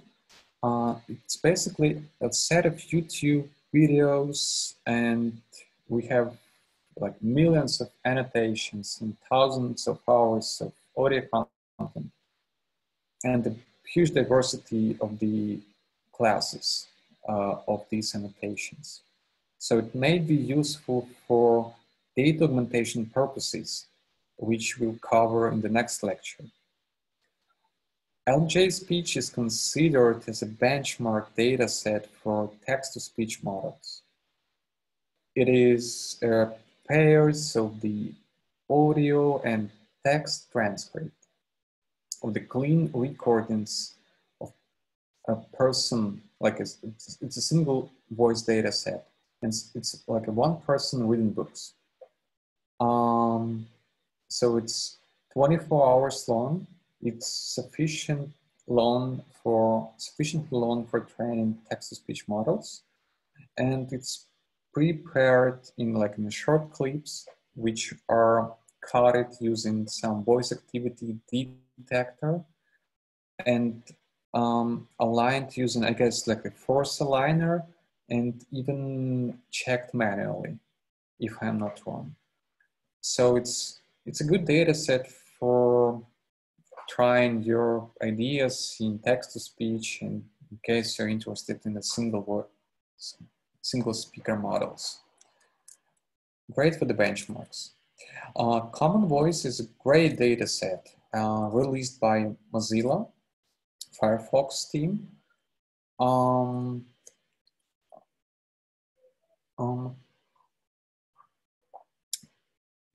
What's great about it? You can find there like 50 languages and thousands of speakers. It is pretty dirty data set. It requires a lot of the preparation work to do something useful with it. But for some experiments, it is great. And it also has, you can participate in extending these data sets, since they allow you to just share your voice and contribute to this process of expanding the data sets, and that's it. I like Common Voice, but I would like it to be more cleaned up and being more useful. That's it on this part, on this lecture. So let's now, I can answer questions if there are any. And then we'll have a break. Let me move on to the, wow, so many questions. I haven't expected to see so many questions. Could you share the Jupyter notebooks for the lections? Yes, I will share the notebooks. Just right after we finish with the lectures, I'll share them. Spectrograms versus raw audio. Which is better for audio classification problems? That is the most popular question. For the classification problem, I'd go for the spectrograms. It is convenient to work with the 2D convolutions when you have spectrograms. And as I showed you on the examples, you can see some patterns in spectrograms which are a bit hidden in the time domain waveforms. So I would go for the spectrogram view for the classification problems. and I'd start from just raw short-term Fourier transform spectrograms. And that is like the maximum of information you can convey with them. And in case it is like more than you need, then you can reduce it with them, like applying some MEL spectrograms, or there are like other features like MEL frequency capsule coefficients, I guess, which is another layer of like compression and viewing at the sound a bit at a different angle, but it can also be useful. So I would go for these spectrograms. What do you think about NVIDIA RTX voice? I haven't heard about it. I'd love to look at it. Maybe I'll do this during the break or in the evening. So I'll share my thoughts on this, I guess, in our Slack channel. So the way you get a STFT matrix is you convolve the audio with different frequencies and then stack them together. You convolve, yes, you convolve the audio with different frequencies. So we have a set of the predefined frequencies you care about. You convolve these like layer of the kernels in the terminology of the neural nets with the signal, and you get the STFT. That's it. It's perfectly fine and correct statement. So that is correct. Next one. What do you think about wavelet representation of sound? Well, I had an experience with wavelet only once. I didn't found like any benefits for speech-related tasks with wavelets, but I do see that they appear again in some literature, even for tasks I'm interested in for prosody modeling. Wavelets are getting popularity again. I'm not sure if it's a trend or it's like really a need for the wavelets.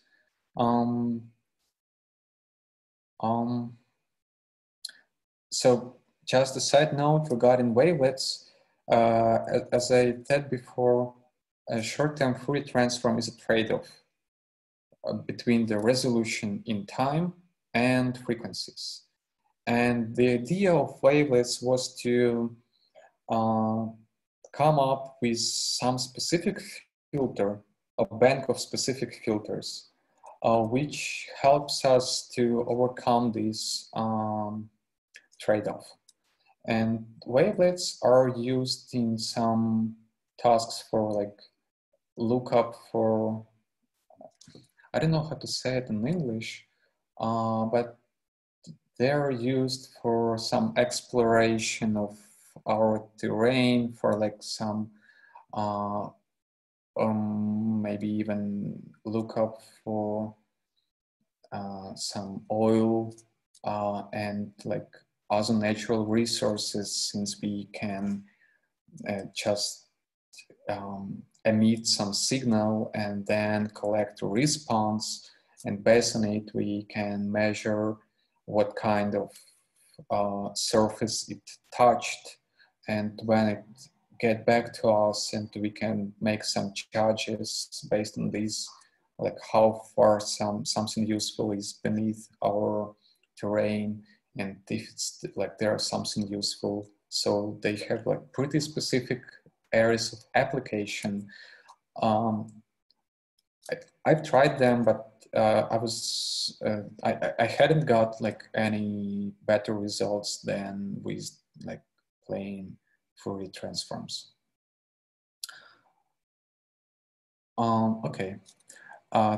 Next one, to make clear, all different grams have time as x-axis. Yes. Sorry for being like not very clear on this. X-axis, like horizontal axis on all the graphs, is a time, and vertical axes are individual frequencies or channels in case of the gamma tones. Yeah. Okay. Next question. Any comments on room acoustic correction? Based on frequency response and decay time, waterfall graphs. RT60, okay, based on frequency response. Loudness compensation and volume level. Any suggestions for someone who wants to implement room acoustic correction tool by himself?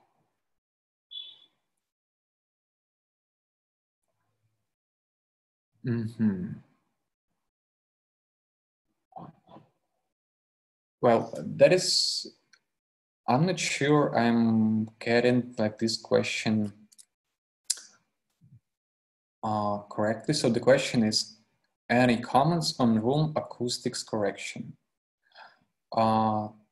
Based on frequency response and decay time, waterfall graphs, loudness compensation, and volume leveling. As far as I know, and what I've tried is to estimate some acoustic properties from like blindly from some signal. And it turned out being not very easy to accomplish. And some of the like properties which I show later, it was doable to estimate, but I'm not too much into acoustics, so I'm not sure I can give a good answer to this question. But it looks like to me that in case like every environment can be represented as an impulse response, then we can, and when we convolve this impulse response with audio, then we can apply some RNN-based algorithms, some recurrent algorithms to estimate these environment properties. Regarding waterfall graphs, I don't have no comments on this since I haven't used them. So yes, that's it. We can discuss more on this on Slack if you're interested.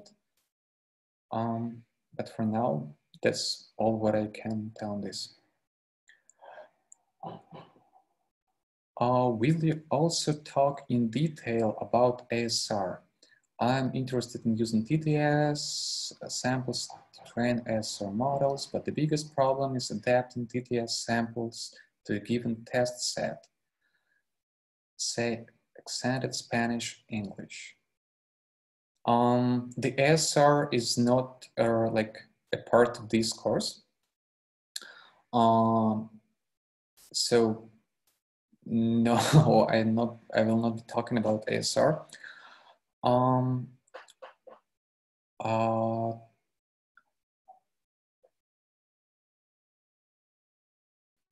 The given test set.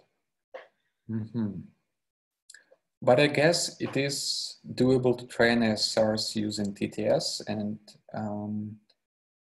I had experiments playing with connecting text-to-speech with the ASR models and trying to basically get some useful signal from the ASR back into TTS. So we synthesize some spectrogram, then we feed it into the ASR module, which is pre-trained before into real speech, the ground truth speech. And the task of the, so this ASR module acted in my cases as a discriminator, which tells if it was possible to distinguish particular words or letters from the synthesized samples and tell it back inside the model. But I was not satisfied with the results of these experiments. But I guess it's somehow doable. It should be possible to train ASR using TTS, but there is not clear where the supervision should come from, where the useful signal comes from. So anyway, some of the models should be freezed such that they will not cheat each other and will not learn some language which they understand pretty well across two models, but which is not useful for us. So it's arguable.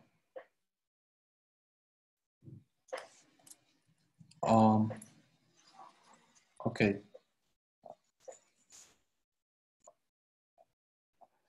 Oh, so many questions. Let me move on. Any comments on Harman target curves? I haven't heard about them before. I would like to know what this is. So, sorry. Can you recommend some courses of cookbook for speech-to-text tasks? No, I cannot recommend you some particular cookbook or some courses. I can recommend you papers on the archive, like looking for state-of-the-art in the ASR, and that is like the best source of information for understanding what's happening in ASR-related tasks. So that's it. How many data needed to detect the gunshot? Well, that is a tricky question. We intentionally visited some places where we recorded the gunshots for this purpose, and we had like thousands of individual gunshots collected from the internet and in-house. So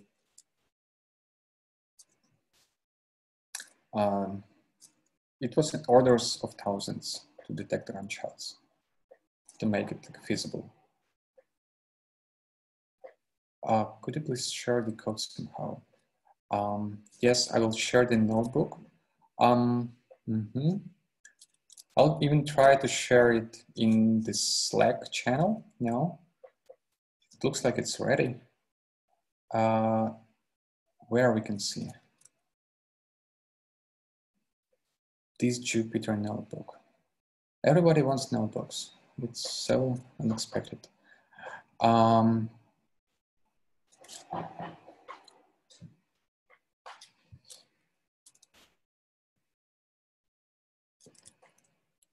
Share the website. Website sharing right now. I guess it was this one, and I'm sharing it with you in Slack. The audio.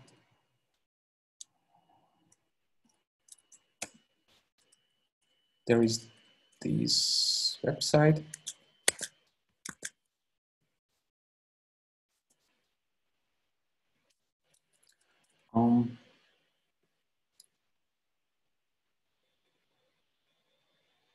Okay, I shared the website with Wave Generator. Next question, what do you think about possibility to detect some solid pattern in very noisy signal? It is reality for animal studies, where useful signal is not visible and obvious at all, but we know which it should be, heart-beating pattern. For example, in ballistic cardiograms. Oh, I don't know this one. In a very noisy signal. Well, if signal is very noisy, then it's hard to detect any pattern in it. In case we can come up with some filters which can emphasize what is important in this signal and dampen all the noise, then it's possible, but I'm not too much familiar with this problem of animal studies, and frankly, I don't know what is ballistic cardiograms. I need to look for this. I'm learning something new. Thank you. So unfortunately, I don't have an answer for this now. But I'm taking notes on questions which I haven't answered, and hopefully I'll get back with some at least ideas on where to look at in our Slack channel. All right, let's take a break now. I want to just put a plan of the next lecture. Oh no, it's better to put a timer.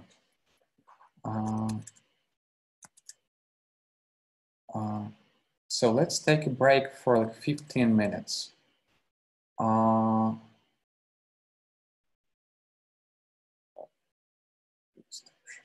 And I need to share again. Yeah, here. I'm starting the timer. So we have 15 minutes break. Let's meet in 15 minutes and continue with the second part. And then we'll talk more. Thank you.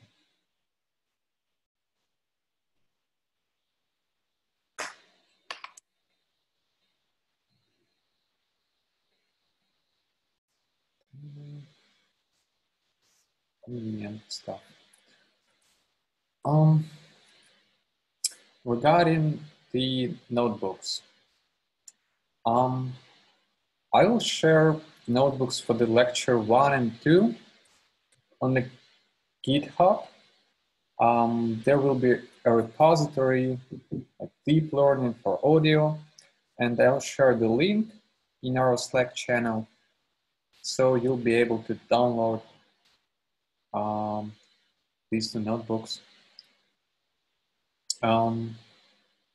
So they will be shared tonight after these two lectures.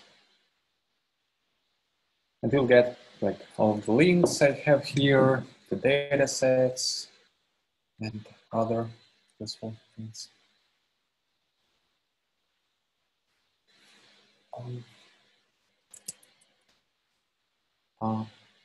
Okay.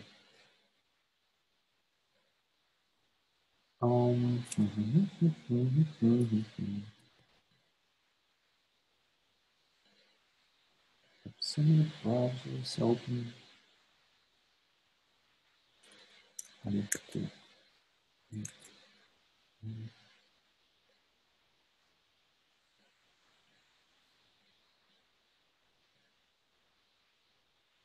Okay.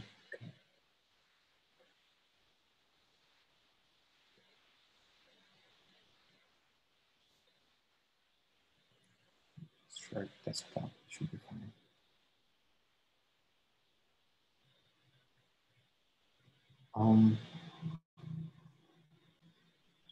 It's better browser. I don't know. Yeah, just browser. All right. So lecture 2. Let me briefly show you the plan of it. We'll take a look more deeply in the Fourier transform. I will talk more on the learnable discrete Fourier transform and move to the data augmentations, which we'll consider in time domain and spectral domain. And also talk more that some augmentations is possible to apply in time or spectral domain.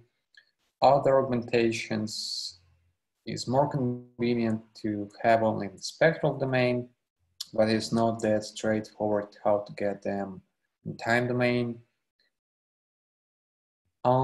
And then, as a conclusion, we'll have a brief history of text-to-speech with a fascinating video of the water. And that will be it for today's lecture. So let's move on. So I'll zoom in a bit for you to see code better. Okay, so coming back to these spectrograms and Fourier transforms. On the first lecture, I showed the naive implementation, which uses like double loops, so has a complexity, like a squared complexity. And we can reduce this complexity just a little bit. And I will do this like gradually. In case we'll vectorize kernels. It's like an organic way how we can connect Fourier transform with convolutions. Then you'll see that it's just convolutions and nothing else. So we have signal as an input to this vectorized function. We create like a placeholder array for the spectrum. And then we start iterating on the frequencies. We build a frequency kernel, which basically is a pair of two periodic functions, sine and cosine waves. And I'll show you it here. So that is basically it. This exponent from minus j multiplied by sum x is just a pair of the, like, we can look at it like at the real component and the imaginary component, and we see that that is a sine and cosine, just shifted by the like half pi, I guess. So, but all the rest they are the same. And this shift, this translation, it will turn out being very useful for us. So we're constructing here this vector of like these periodic functions, this sine function and cosine function, and then we just do the compute the dot product. So here we just pick the frequency, the desired frequency we care about, and we compute the correlation of the signal with this frequency in complex domain. So the result we record is a complex number, like a scalar complex number. So that's it. This makes implementation a bit faster, but it's far from being useful. Then we can make it a bit more faster in case we, what we can do. Here we computed kernels in a for loop, which is not very efficient given that this for loop doesn't depend at all on the, I mean, the frequency kernel doesn't depend at all on the for loop, so we can move it out of the loop, right? So we can compute these kernels in this way and name it as a DFT matrix. So basically, this DFT matrix will hold all of the frequencies we care about, starting from that 0 up to specified number like 256, and we just store it as a matrix. It's not data dependent, so we can compute it easily without data, and then our DFT is just a simple dot product, simple like single matrix multiplication of these DFT matrix and signal. So in order to extend these to convolutions, we just need to move this like operation of DFT vectorized. Like we just need to slide our signal using the window and compute the dot products with the DFT matrix, and we'll get whole like columns of the spectrogram. So just a convolution, nothing pretty hard in here. And now let's have one question. Is it possible to learn a discrete Fourier transform with a neural network? And potential answer is sure, neural networks are general purpose function approximators. Yes, it's possible to learn the DFT with neural net, and we can just throw as many layers we want to, and we can have like, let me just illustrate this a bit. So we have some signal. That is a signal which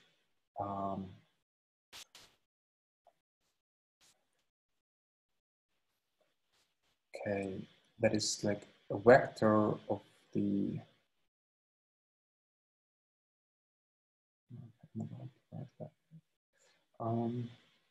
so it's gonna be like RT.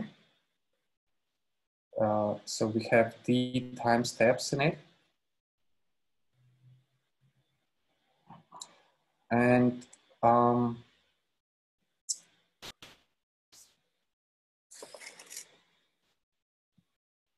okay.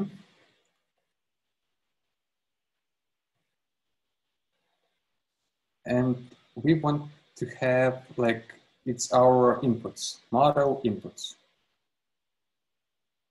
Our targets. Let me just rewrite this. I'd like to use this letter for something else. So that is, let's be like waveform. Waveform, which is in RT. And our, that is time. That is amplitudes. And our targets for the neural net are some spectrograms, which we say they are spectrograms, and they are in space frames. Frames are here, and it's also not very convenient to name them frames. Okay,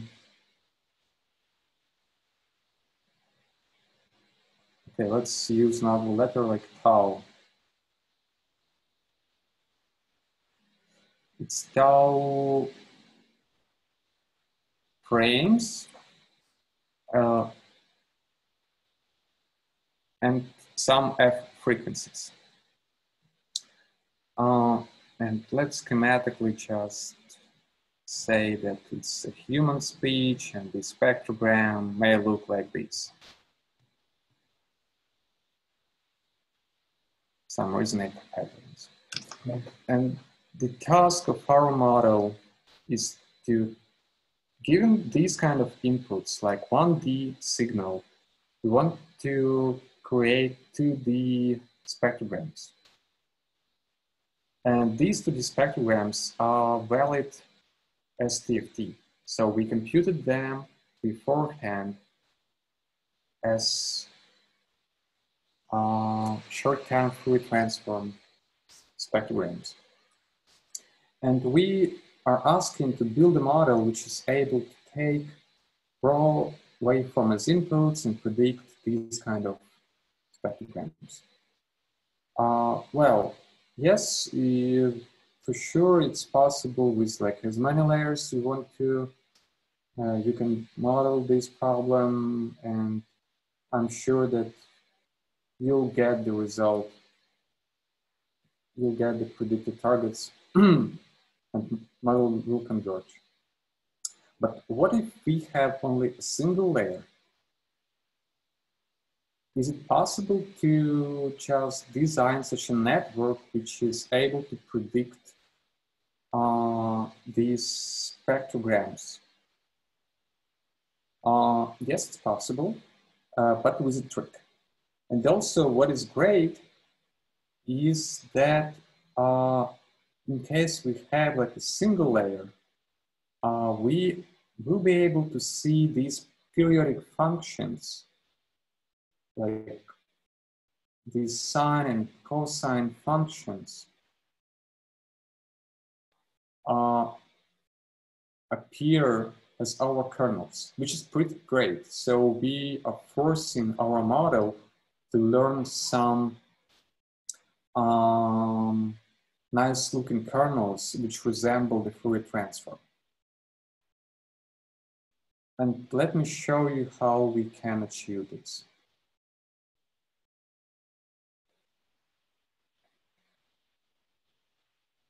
Okay.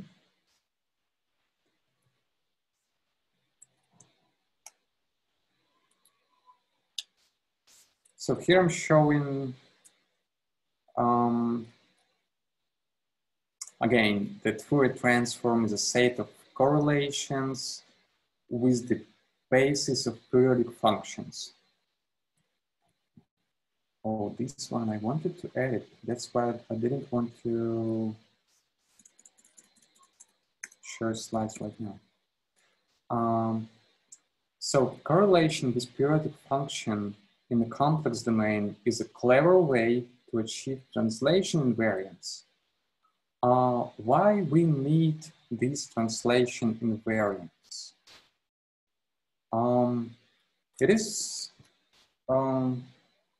It requires me to give some illustrations. For example, we have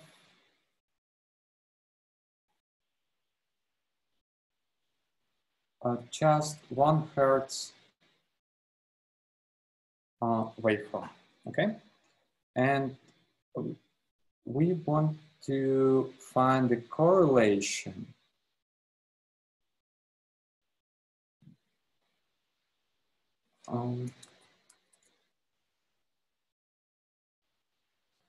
with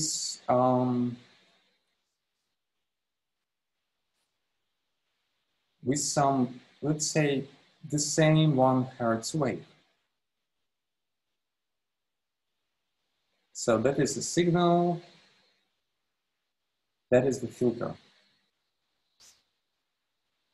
And in case they are like aligned pixel by pixel, the correlation will be like maximum. But what if we have some translation in the signal? In the case, we started to speak like a bit later, but we still want to catch this wave since it really has the same frequency as our filter. And here comes complex numbers. That's where they get very useful. And let me show you an illustration which I really like.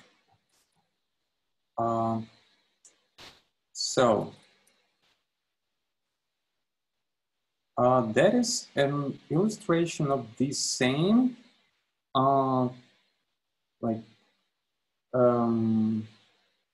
same function y as here, but in the 3D plot. And let me rotate this 3D plot. So when we look at it like this and just rotate it like 90 degrees, imagine that this like vertical axis becomes horizontal axis. Then we have a pure sine wave. But when we look at it like in front, then it's just a circle.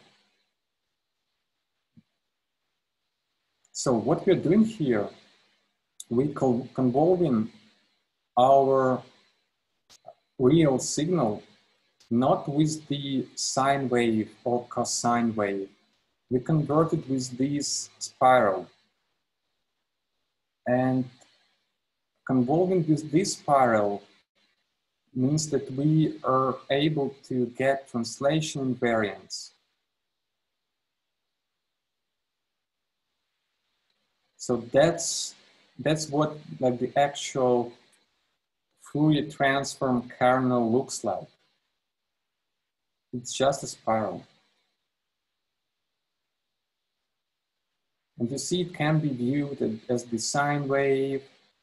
So that basically means that we are like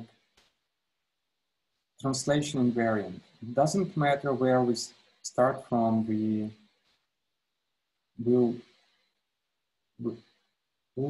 get a proper convolution with this, we'll catch this signal. So that is their very elegant way on how we use complex numbers in order to get translation invariance in neural nets.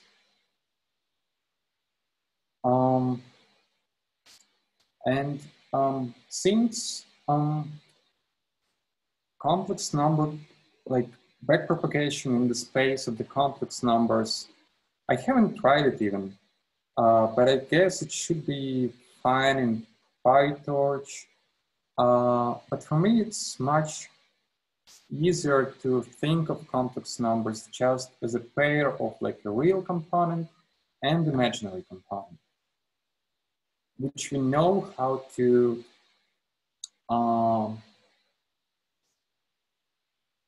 connect to each other in case, let's say, we want to get the magnitude.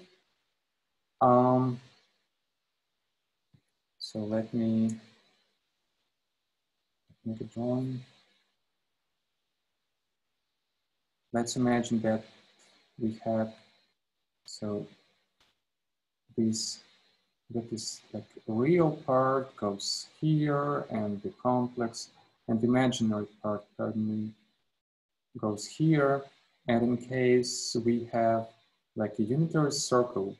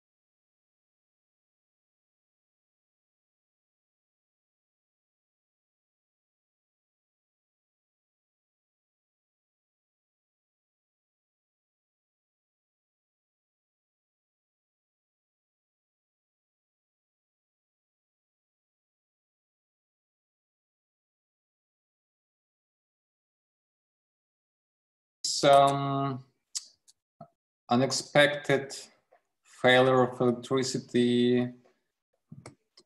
My apartment. This 21st century is so unpredictable. All right. Sure. So where we've stopped at the visualizations of the complex Fourier transform.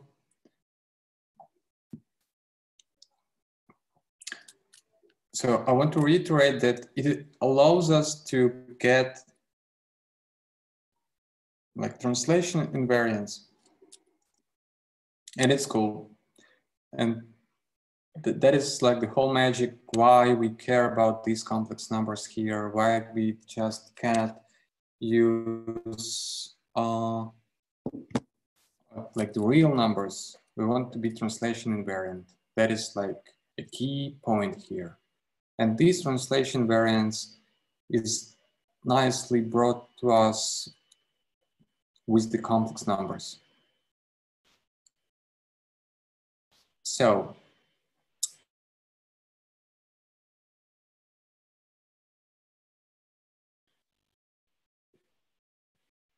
oh, I remember.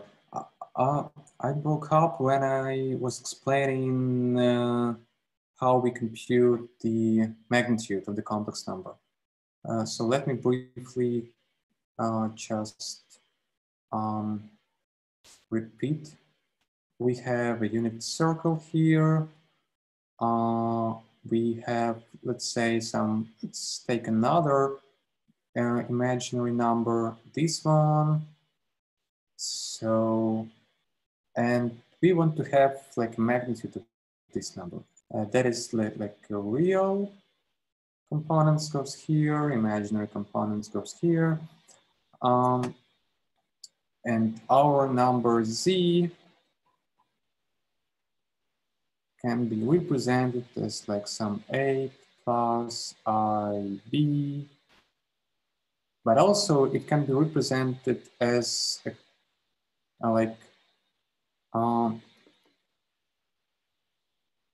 as a sine and cosine. And these are just part of like cosines represent our real parts, sines represent our imaginary parts. And when we want to find the magnitude of Z, we just take a square root of A squared plus B squared. And that is like the length of this vector.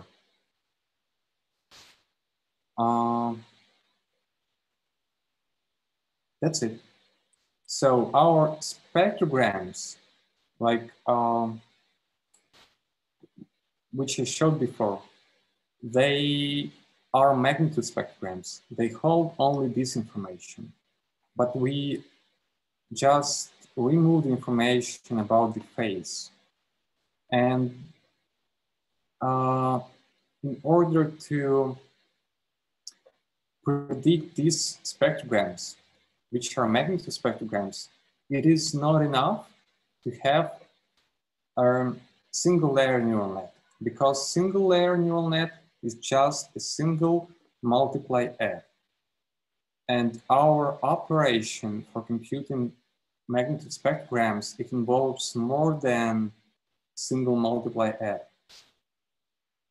So that is like why it is not possible to learn the Fourier transform with a single layer neural network.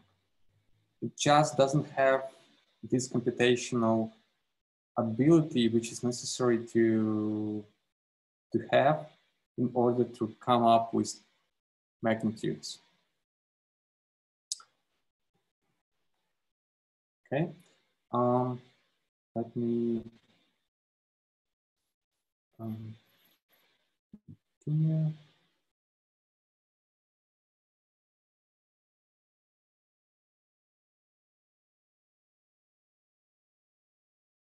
Here, your internet connection is unstable. It says, I hope that everybody can hear me well. So the Fourier basis can be computed as an FFT, which is taken from the matrix of the diagonal one elements. So it means that at each row we care about the single frequency, and that's how we compute the Fourier basis. I need to restart my kernel. So it's here. I need the plot kernel.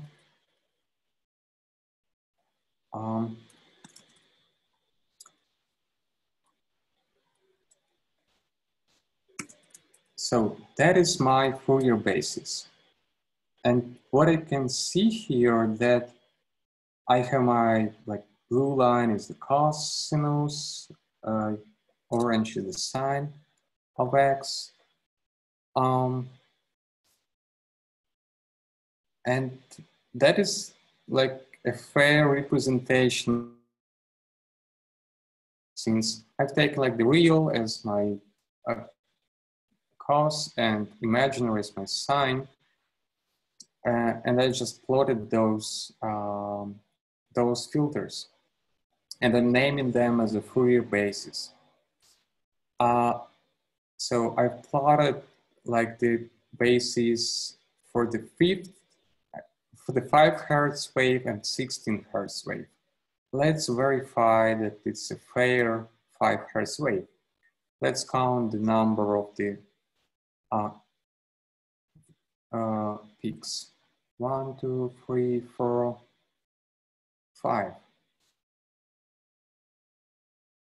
And this one just like, it's like a part of it. So it's half of the first, or like the half of the last one. So we have exactly 5 periods here. Same goes here, it's 16, we will not count this. So that is a proper Fourier basis. And actually, when we look at it like this, and when you just try to imaginary rotate it, it is possible to see here this spiral we have seen here. It just winds up, and that is like the same. Just a 2D representation of the same plot. So this is the same as this.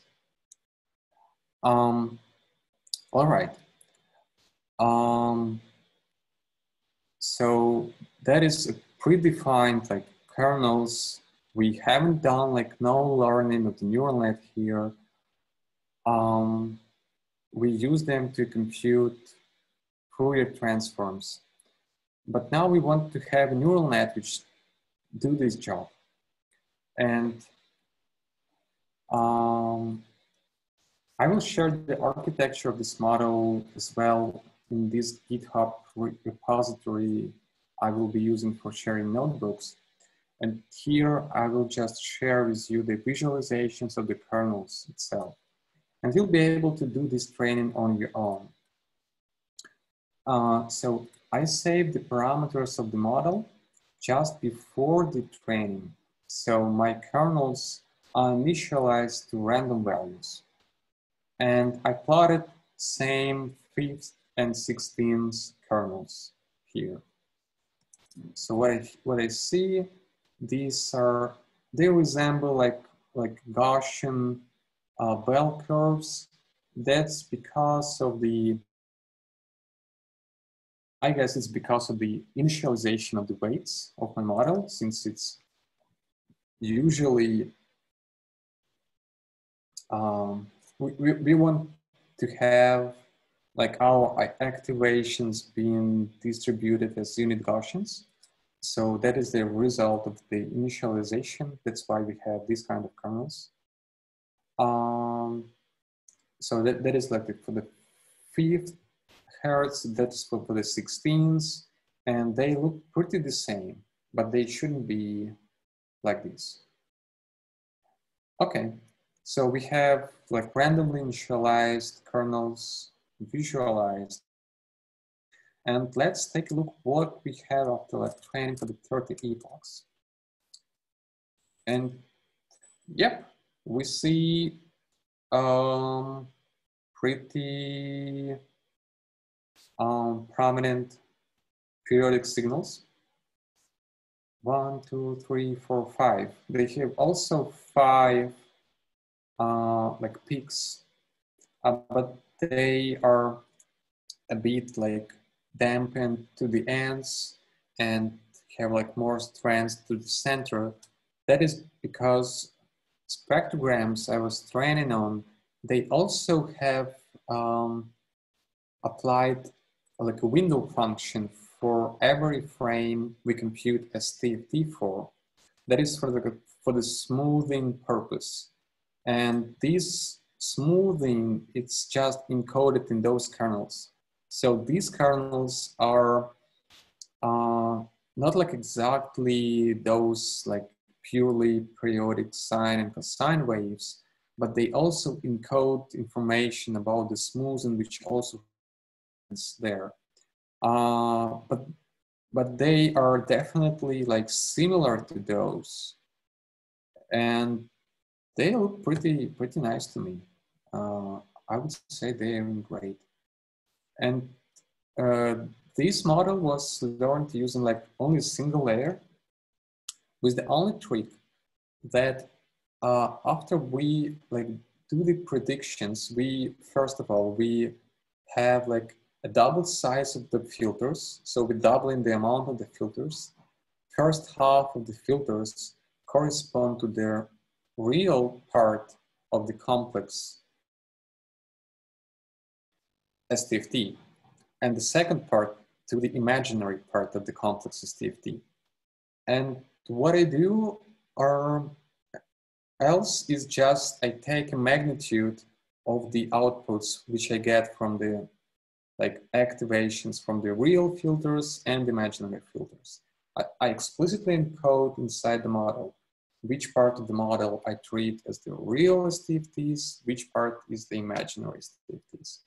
And when you take a look in this code, you'll also notice that this is done using just pure convolutions. So the only difference is that the kernels for these convolutions in case of the learnable STFT are just randomly initialized. In case for the Fourier, like real one, they are initialized like the basis of the varying frequencies. So that's how it looks like. And it learns pretty fast, and after like several epochs on LJ speech dataset, I was training even on the subset of it. I've got pretty low loss, and the loss function for this training was just, I guess, L2 plus between the target spectrogram and predicted spectrogram. And I was doing this training just on my laptop. So no GPUs here necessary, it trains in minutes. And then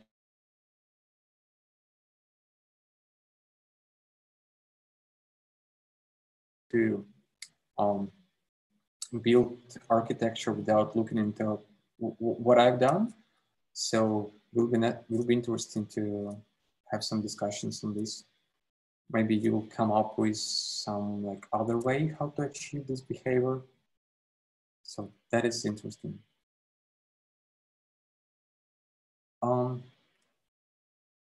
Okay, so I know that this part might be a bit tough, given that also I have had a unpredictable break with this electricity problem. But hopefully when you train your model, you'll get better intuition on how this works, and you'll get better insights what FFT is, and it's not too complicated. All right, the next subtopic is data augmentations. And first, like the philosophical question, why do we care about data augmentations? And one of the reasons is that we also have a limited amount of data, and we want our models being robust and ready to like real use cases. There is like much more like different conditions of recordings of samples which might come at the inference time, which we want to handle effectively. And we want to learn such features which are robust to some noise environments, robust to some room acoustics, to like even to loudness of the recordings, to intonations. For ASR, we want to robust to different accents and different pitches, like low-pitched voices and high-pitched voices. We want to be able to recognize speech no matter if it speaks like a male or female or a child. So that's why we need data augmentations. But we also, while augmenting, we want to maintain some invariance. So we want to preserve some features which are important, and we don't want to corrupt them too much. So in case of the ASR, we want to preserve that all of the phonemes which build up this word will not be changed with the I don't know, reverberation or some noise. They will still be hearable, perceivable. And same goes to like every kind of reverberation. We need to think about the problem we are solving. We want to identify what is the invariance in our case and which one we would like to maintain. And then we are free to modify all of the other like features of variation to achieve more diversity in our training data. So, okay. Oh, yes, I'm writing this here. So we want to preserve utterance in case of SR. So we don't want noise to make like the sound of some words not clear enough. And we don't want to do like masking which drops like a part of the word. But what potentially we want to do is to change the pitch of the speaker, maybe just add just a little bit of the background noise to make it a bit diverse and this kind of stuff. Maybe speed up a bit our utterance or just slow down. All of these can be useful. On the contrast, when we are talking about speech synthesis, our goal is to, for sure, we want to keep like the voice such that we'll know that there is like a same person talking all of the utterances. We don't want voice being shifted, like from high pitch on the first sentence to the low pitch on the last sentence. And we don't want like any jumps there. We want pitch being grounded. And we want that like the phrase just can be associated with like one person talking. Well, that is at least what I'm aiming to achieve with synthesis. Maybe somebody else have different goals. I don't know. But yeah, constant pitch is important.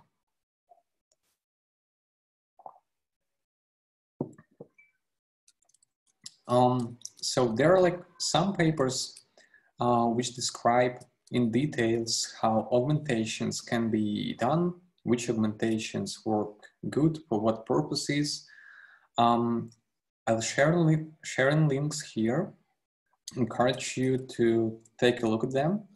Particularly, Room Simulator is like a classic way of modeling acoustics of the environment, and it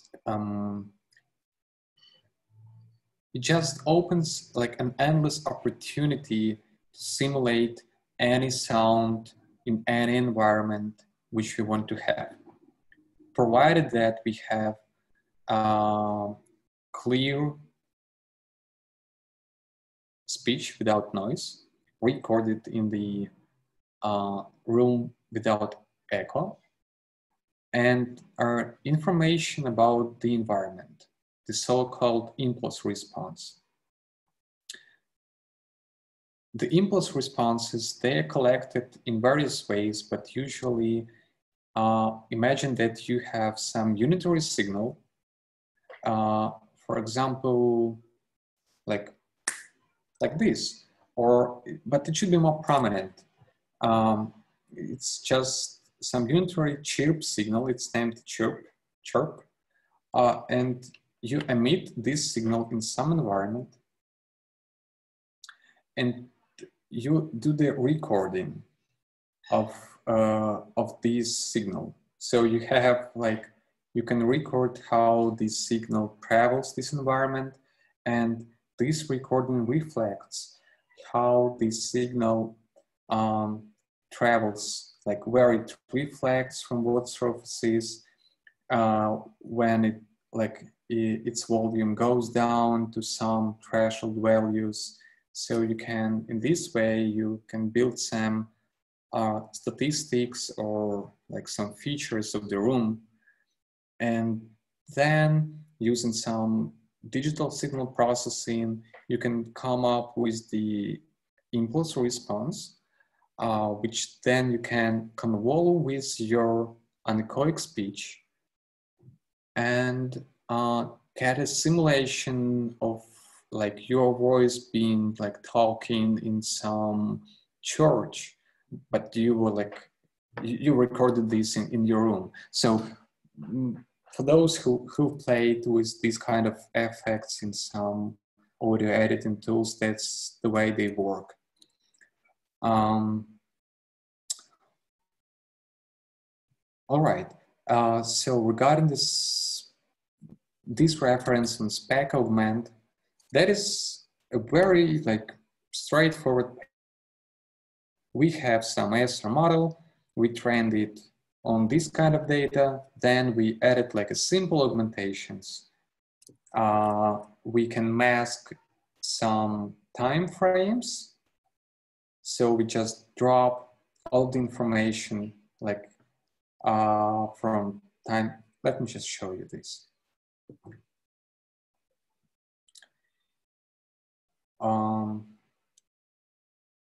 Yes, it's here.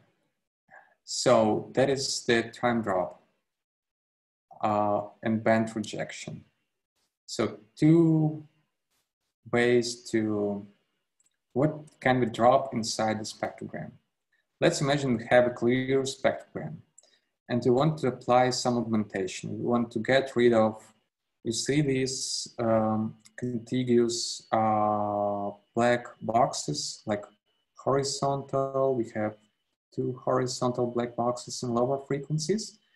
The one is more wider. The one is to the down, and the next one is a bit thinner. So, and we also have two vertical rectangles. The one which is to the left of the image, and the one which is around three quarters. And in this way, we just dropped some information in time, these horizontal areas of black, and dropped information in frequencies as well. Or we can do the crossing of it. In some places, we drop information in time and frequencies. And this paper, which is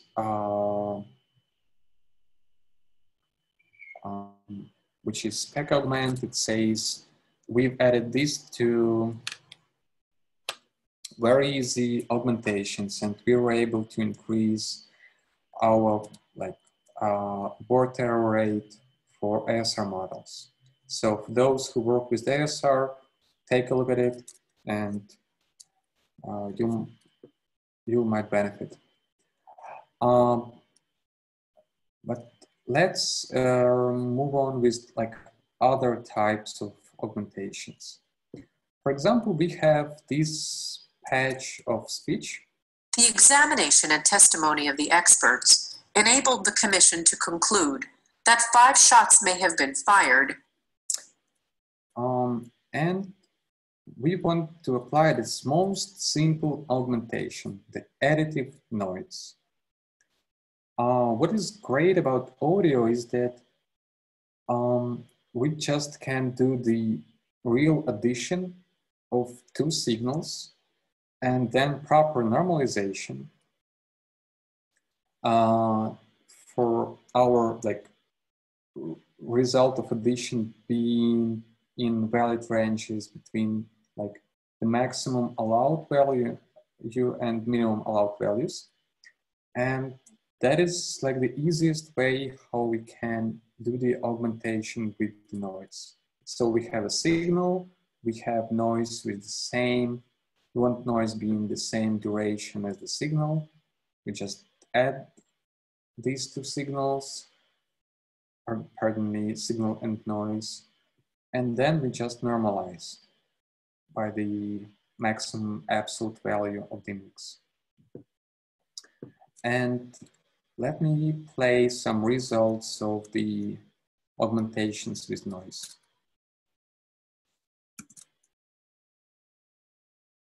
I haven't defined the functions, okay.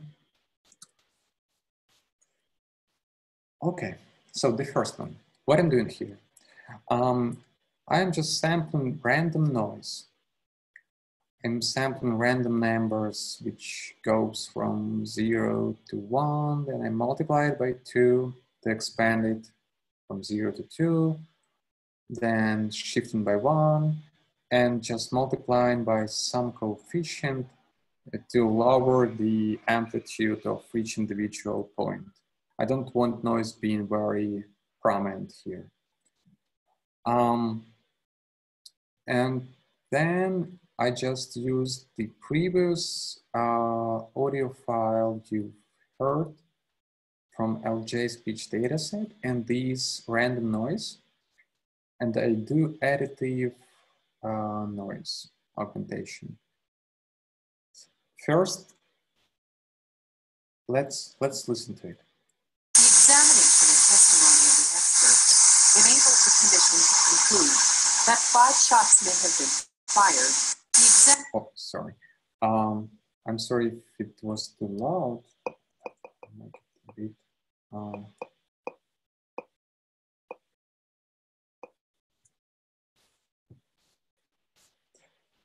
Better, I guess.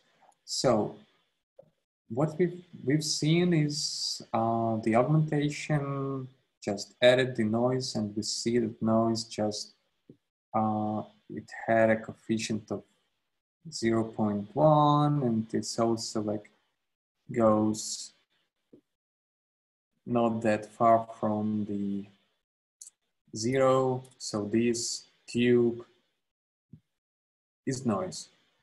We can make it 2 times less prominent. The examination and testimony, or even less prominent. Let's do this. The examination and testimony of the experts enabled the commission to conclude Now it sounds like rain. that 5 shots may have been fired.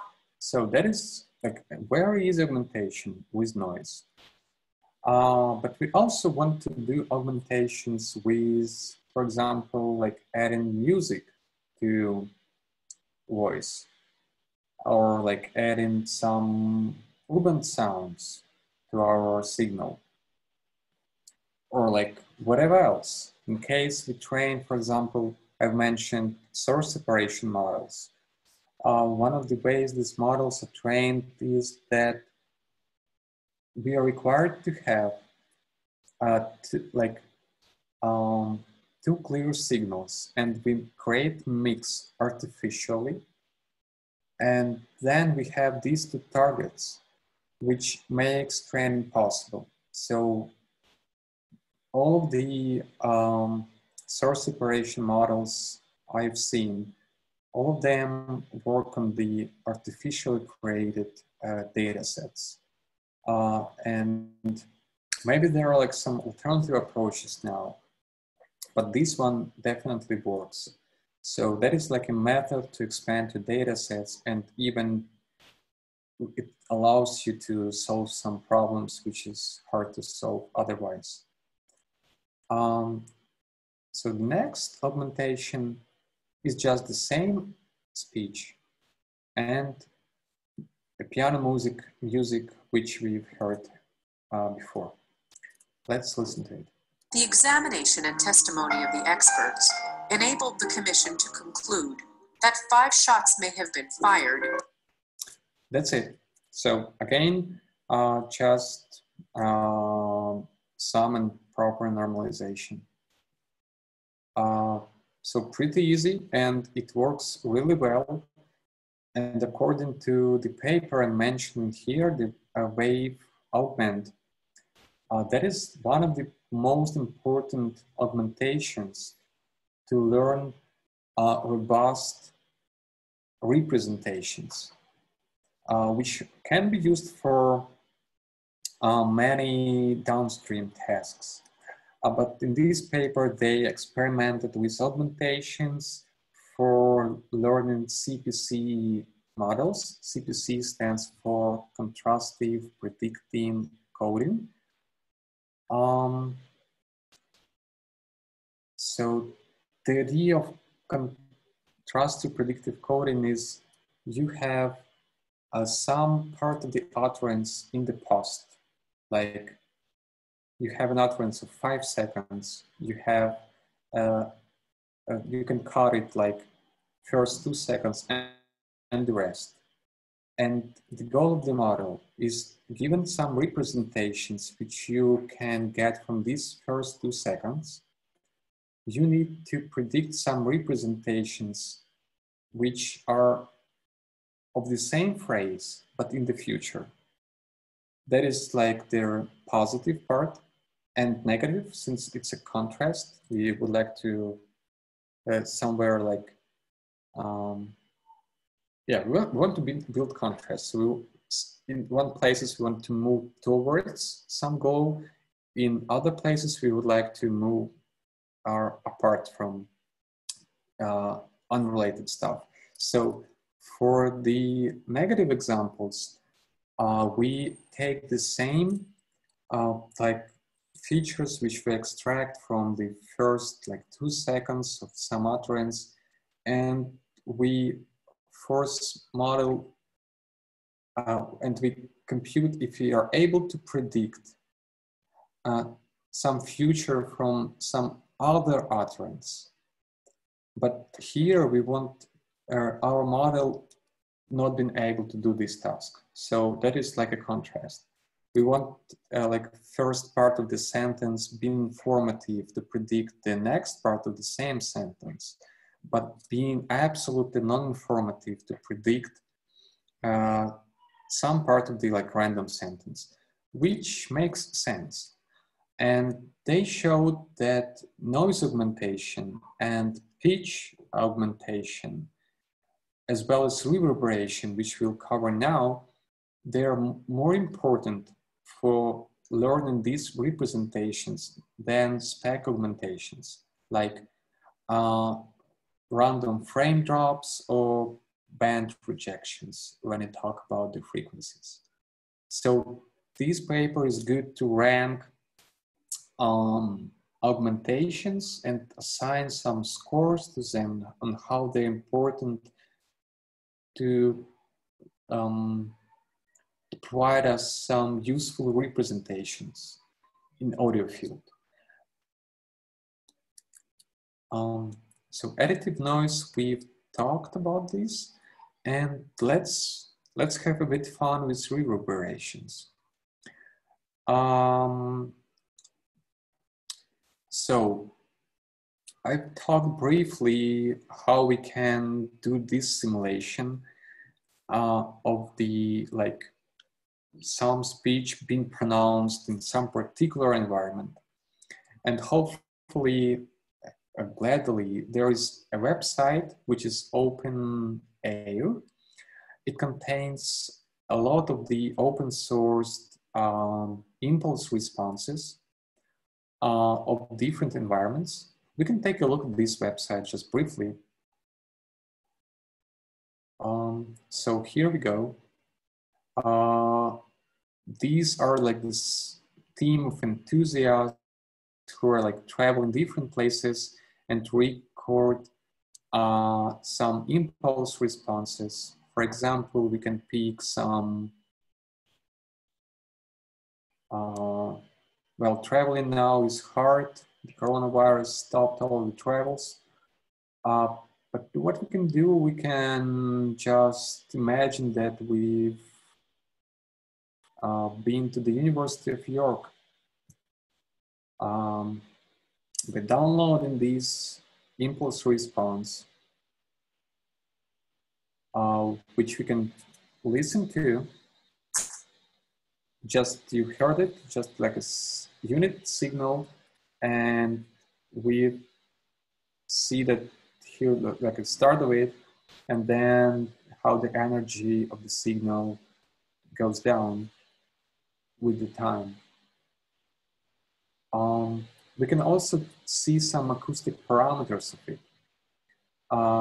So that is like the RT60 I mentioned, that is a time that it takes with the impulse response to change in 60 decibels, like of its energy.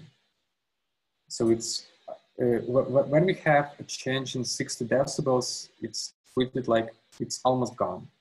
The difference in 40 decibels is treated usually as like we get rid of it.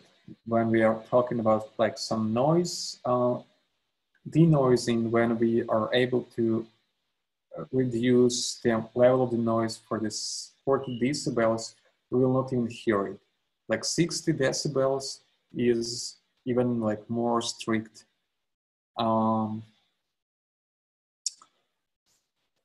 Requirement. So that is like the time for the decaying of the signal.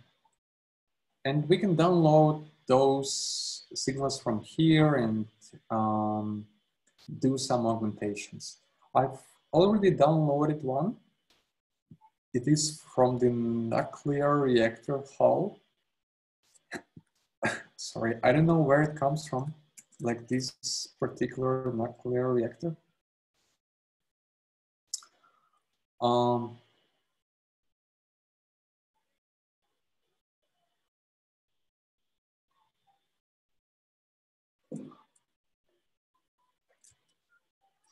So here is what we have. That is an audio of the augmented signal. The examination and testimony of the experts enabled the commission to conclude that 5 shots may have been fired. I guess it's pretty impressive. We are like sitting behind our computers and we can add some music, just add some like environment augmentations. And also I want us to compare how the spectrograms looks like of the augmented and non-augmented signals. So that is, to have a fair comparison, we need to have this plot and this plot. I've done something wrong. Talking looks so different. No.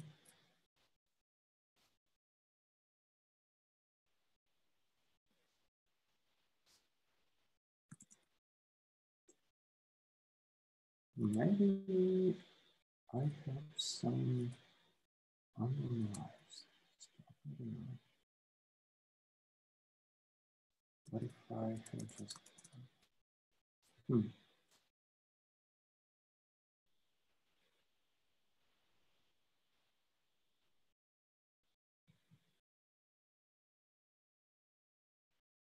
amplitude to decibels.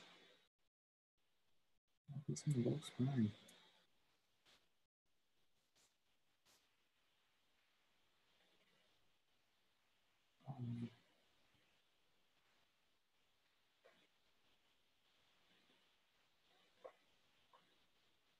Oh, that is wrong.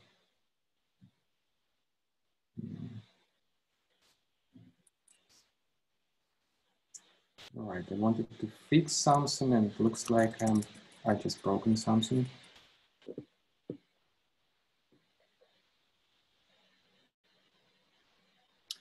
Give me a minute and hopefully I find where I'm making something obvious.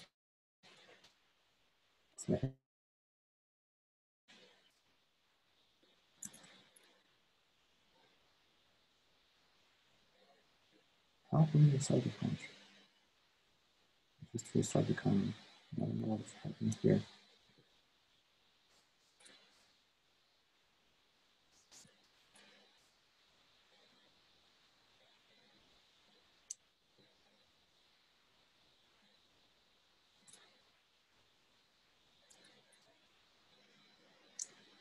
And the parameters, they should be defined now. And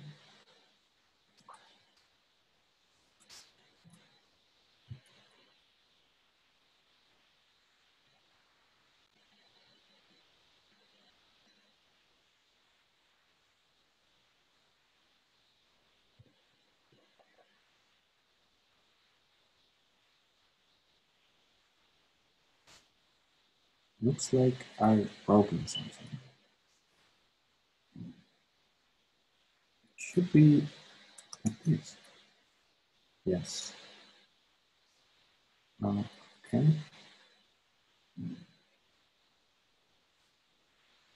So I wanted to show you, sorry for this delay. I wanted to compute STFT of the augmented audio, then display. Yes. So here we go. That's how our signal looked like without augmentations at all, without music as well. That's how it looks like with the music, voice, and nuclear reactor. And that's how it looks like with music only.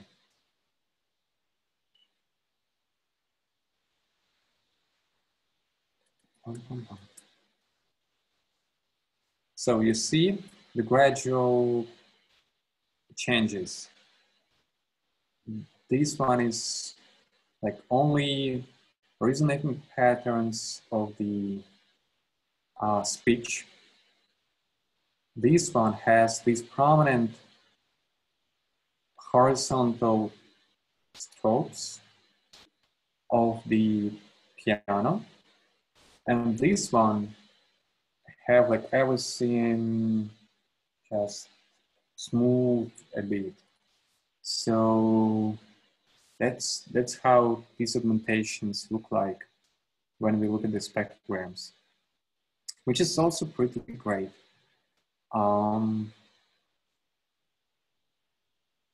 Okay. So I've mentioned these, spectrogram paper, and I wanted to emphasize how they, how augmentations help them to improve their work. So consider we have a big data set, which is huge, almost 1,000 hours of the speech. And we care about the word error rate.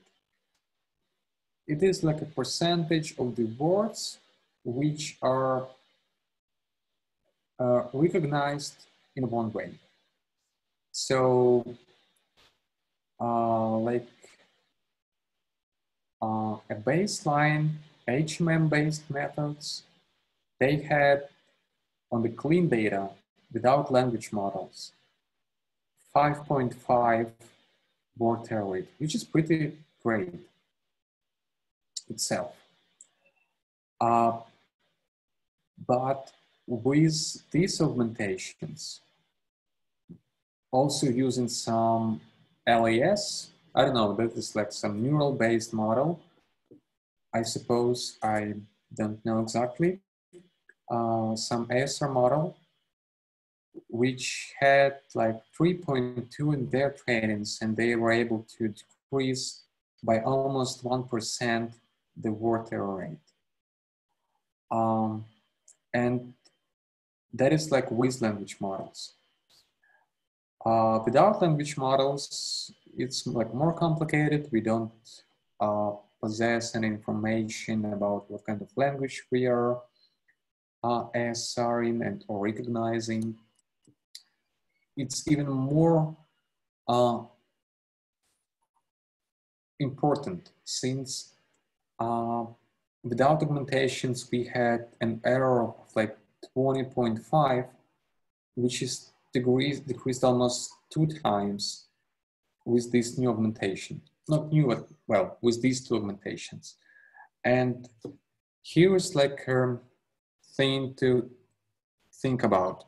In case we care about representations, which are useful for many tasks, and they show in this Wave Augment paper that augmentations which help to ASR doesn't help to build proper augmentation representations, like which are general, but like pitch, noise, and reverberations help more, then it's natural for me to think that it's even possible to reduce these error even more in case we would use not just band rejection or time drop masking, but also these time domain augmentations, which are modifying pitch, adding noise, and reverberation.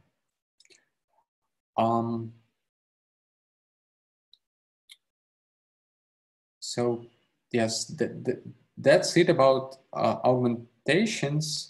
We've already discussed band rejection and time drop. So a conclusion. So there are like other data augmentations like pitch shift available from SOX. SOX provides us like a plethora of available augmentations. We just can to combine them and build what we need for the task of interest. And recently reported being effective for tasks of representation learning. Yes, that's what I've already said. So yes, augmentations are very important. We want to have them, and we want to pick them carefully. I encourage you to experiment with augmentations, and even like there are like even scientific papers which just concern their attention to augmentation techniques, and they have publications pretty good for like some PhD students or even grad students to have this kind of work done. So that's it on augmentations. And basically on this lecture, just to conclude, I want to briefly tell about the actual text-to-speech, how this works, and to tell you that like we can distinguish like maybe 3 families of text-to-speech models, which are like evolved from some parametric-based models. When we try to parameterize how,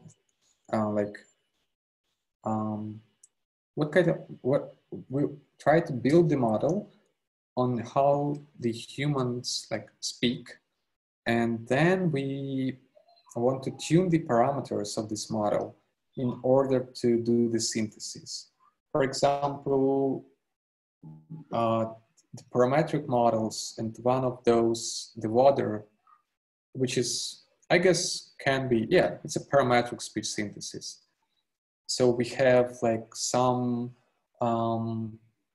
components which are connected to each other, and we parameterize every component, and we get like as the end result, it's like an output of this function.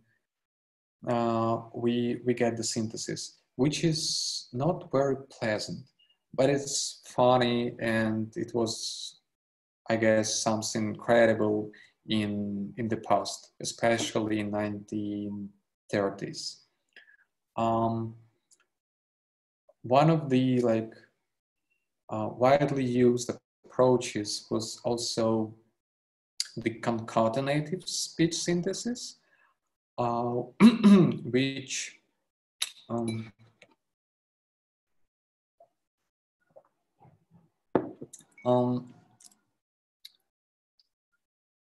which is, I guess, the easiest one way to synthesize.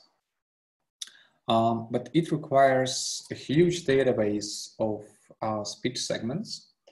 With every speaker you would like to add, you want to collect, again, a huge database of the samples, how this speaker speaks.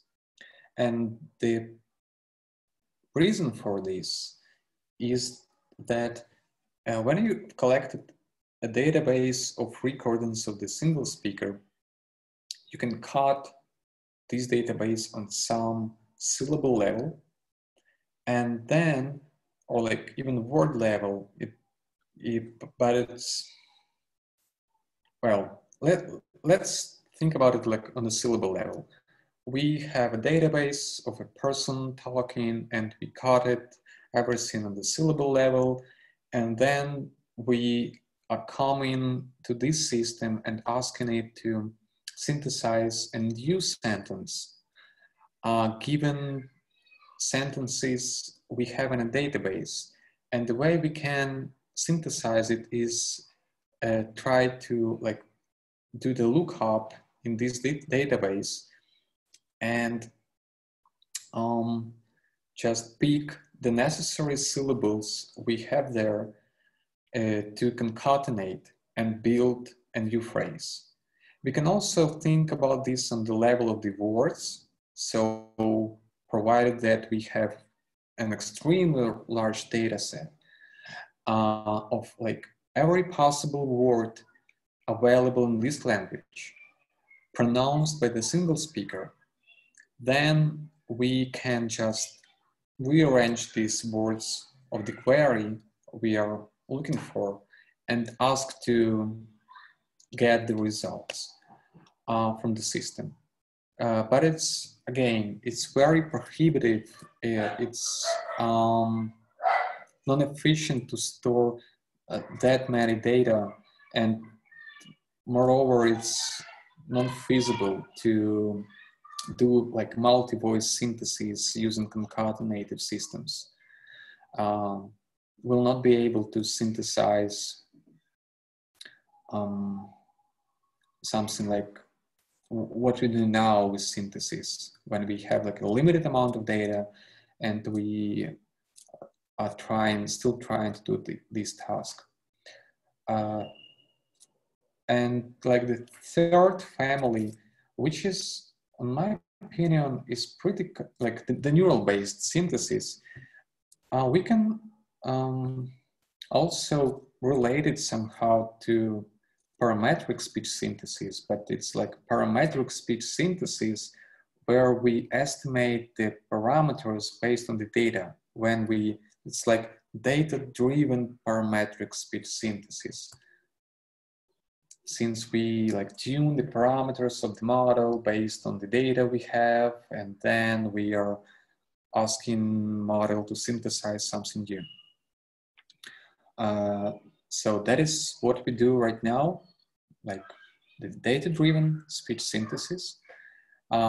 I can dare to name it as a parametric data-driven speech synthesis, I suppose.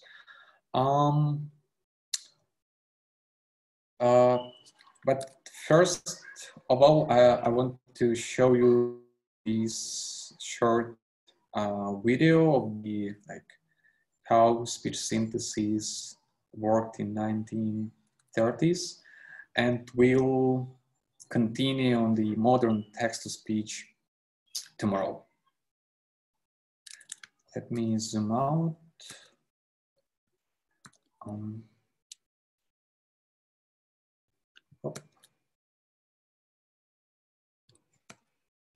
What's going on?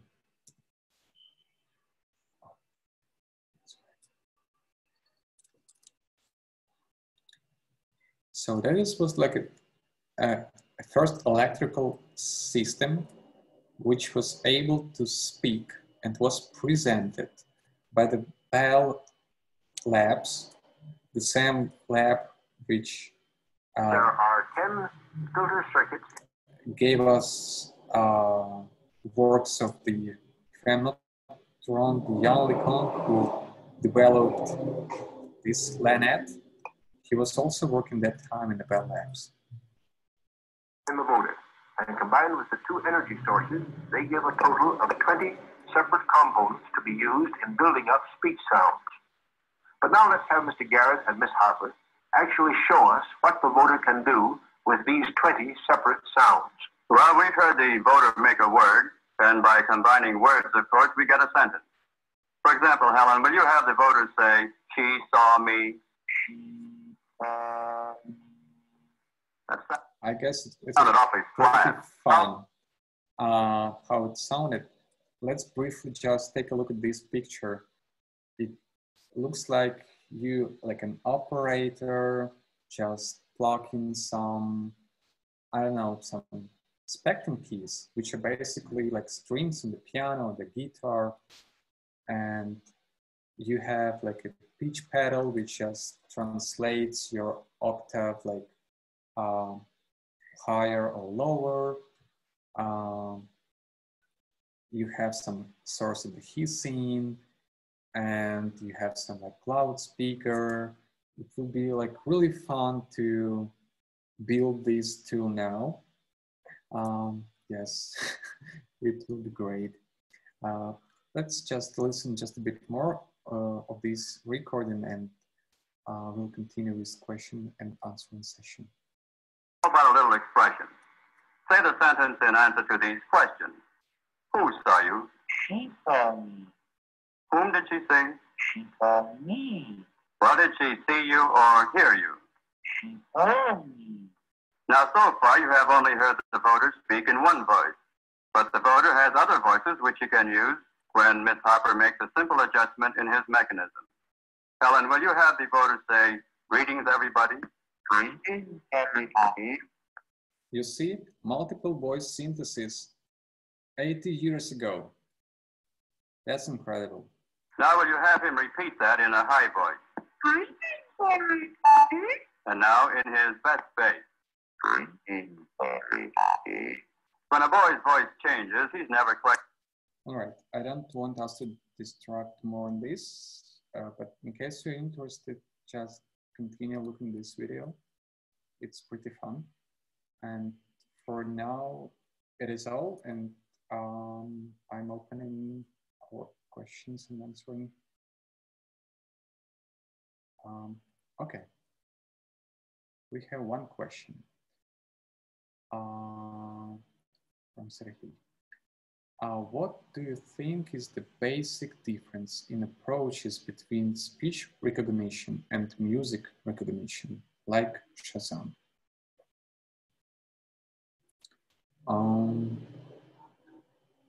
basic differences.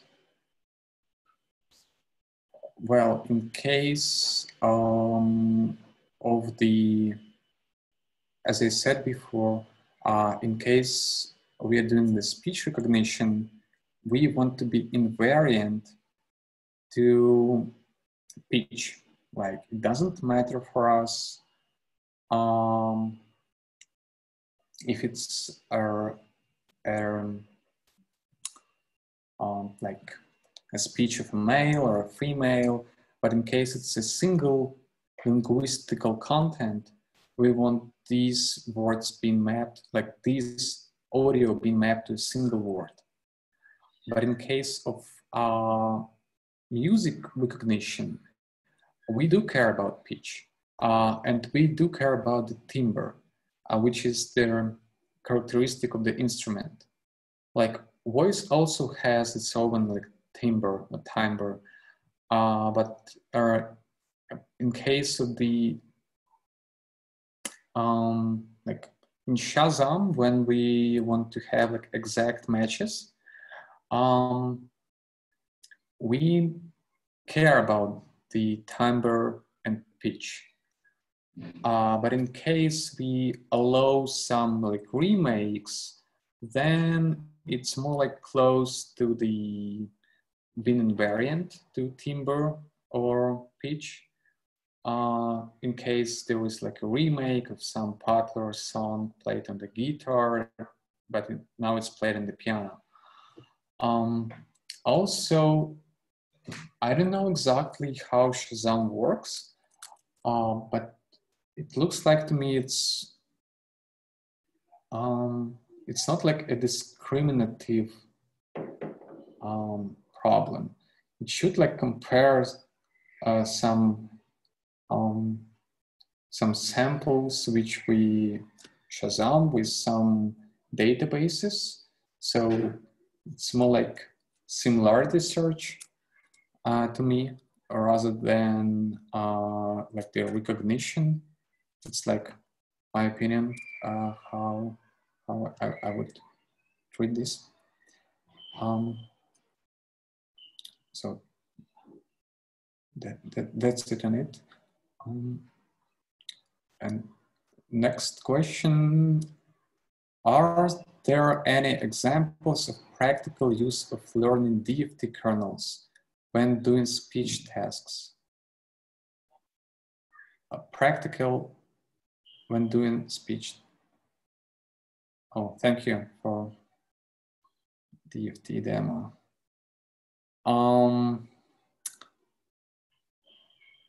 Practical examples. It's, I don't know, it's like right now we are more and more moving towards end-to-end models, as I mentioned before.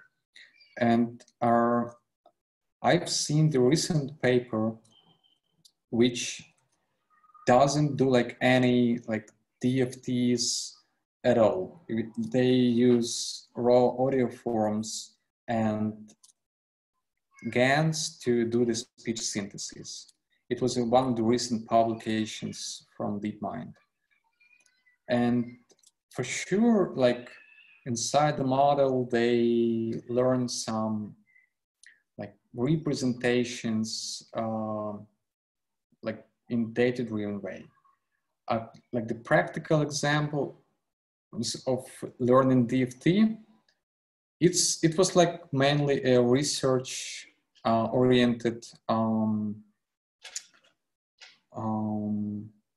experiment, but it has some outcomes which are not exactly related to like learning the DFT kernels, but it opens like some ways on how we can think about what neural nets can learn and what kind of behavior we can to expect from them. So it is practical from this point of view, like diving deeper in how neural nets work, what they can do and what they cannot. So it may look like it's not practical at all, but it's not true at all.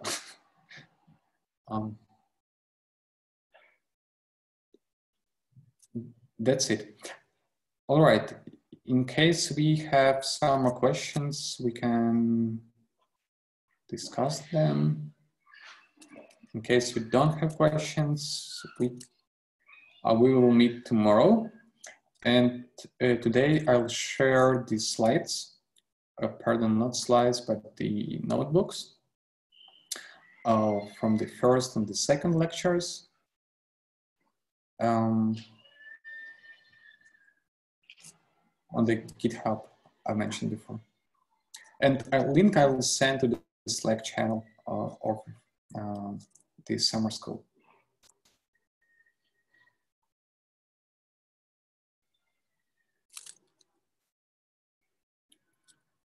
All right, looks like we are done for today.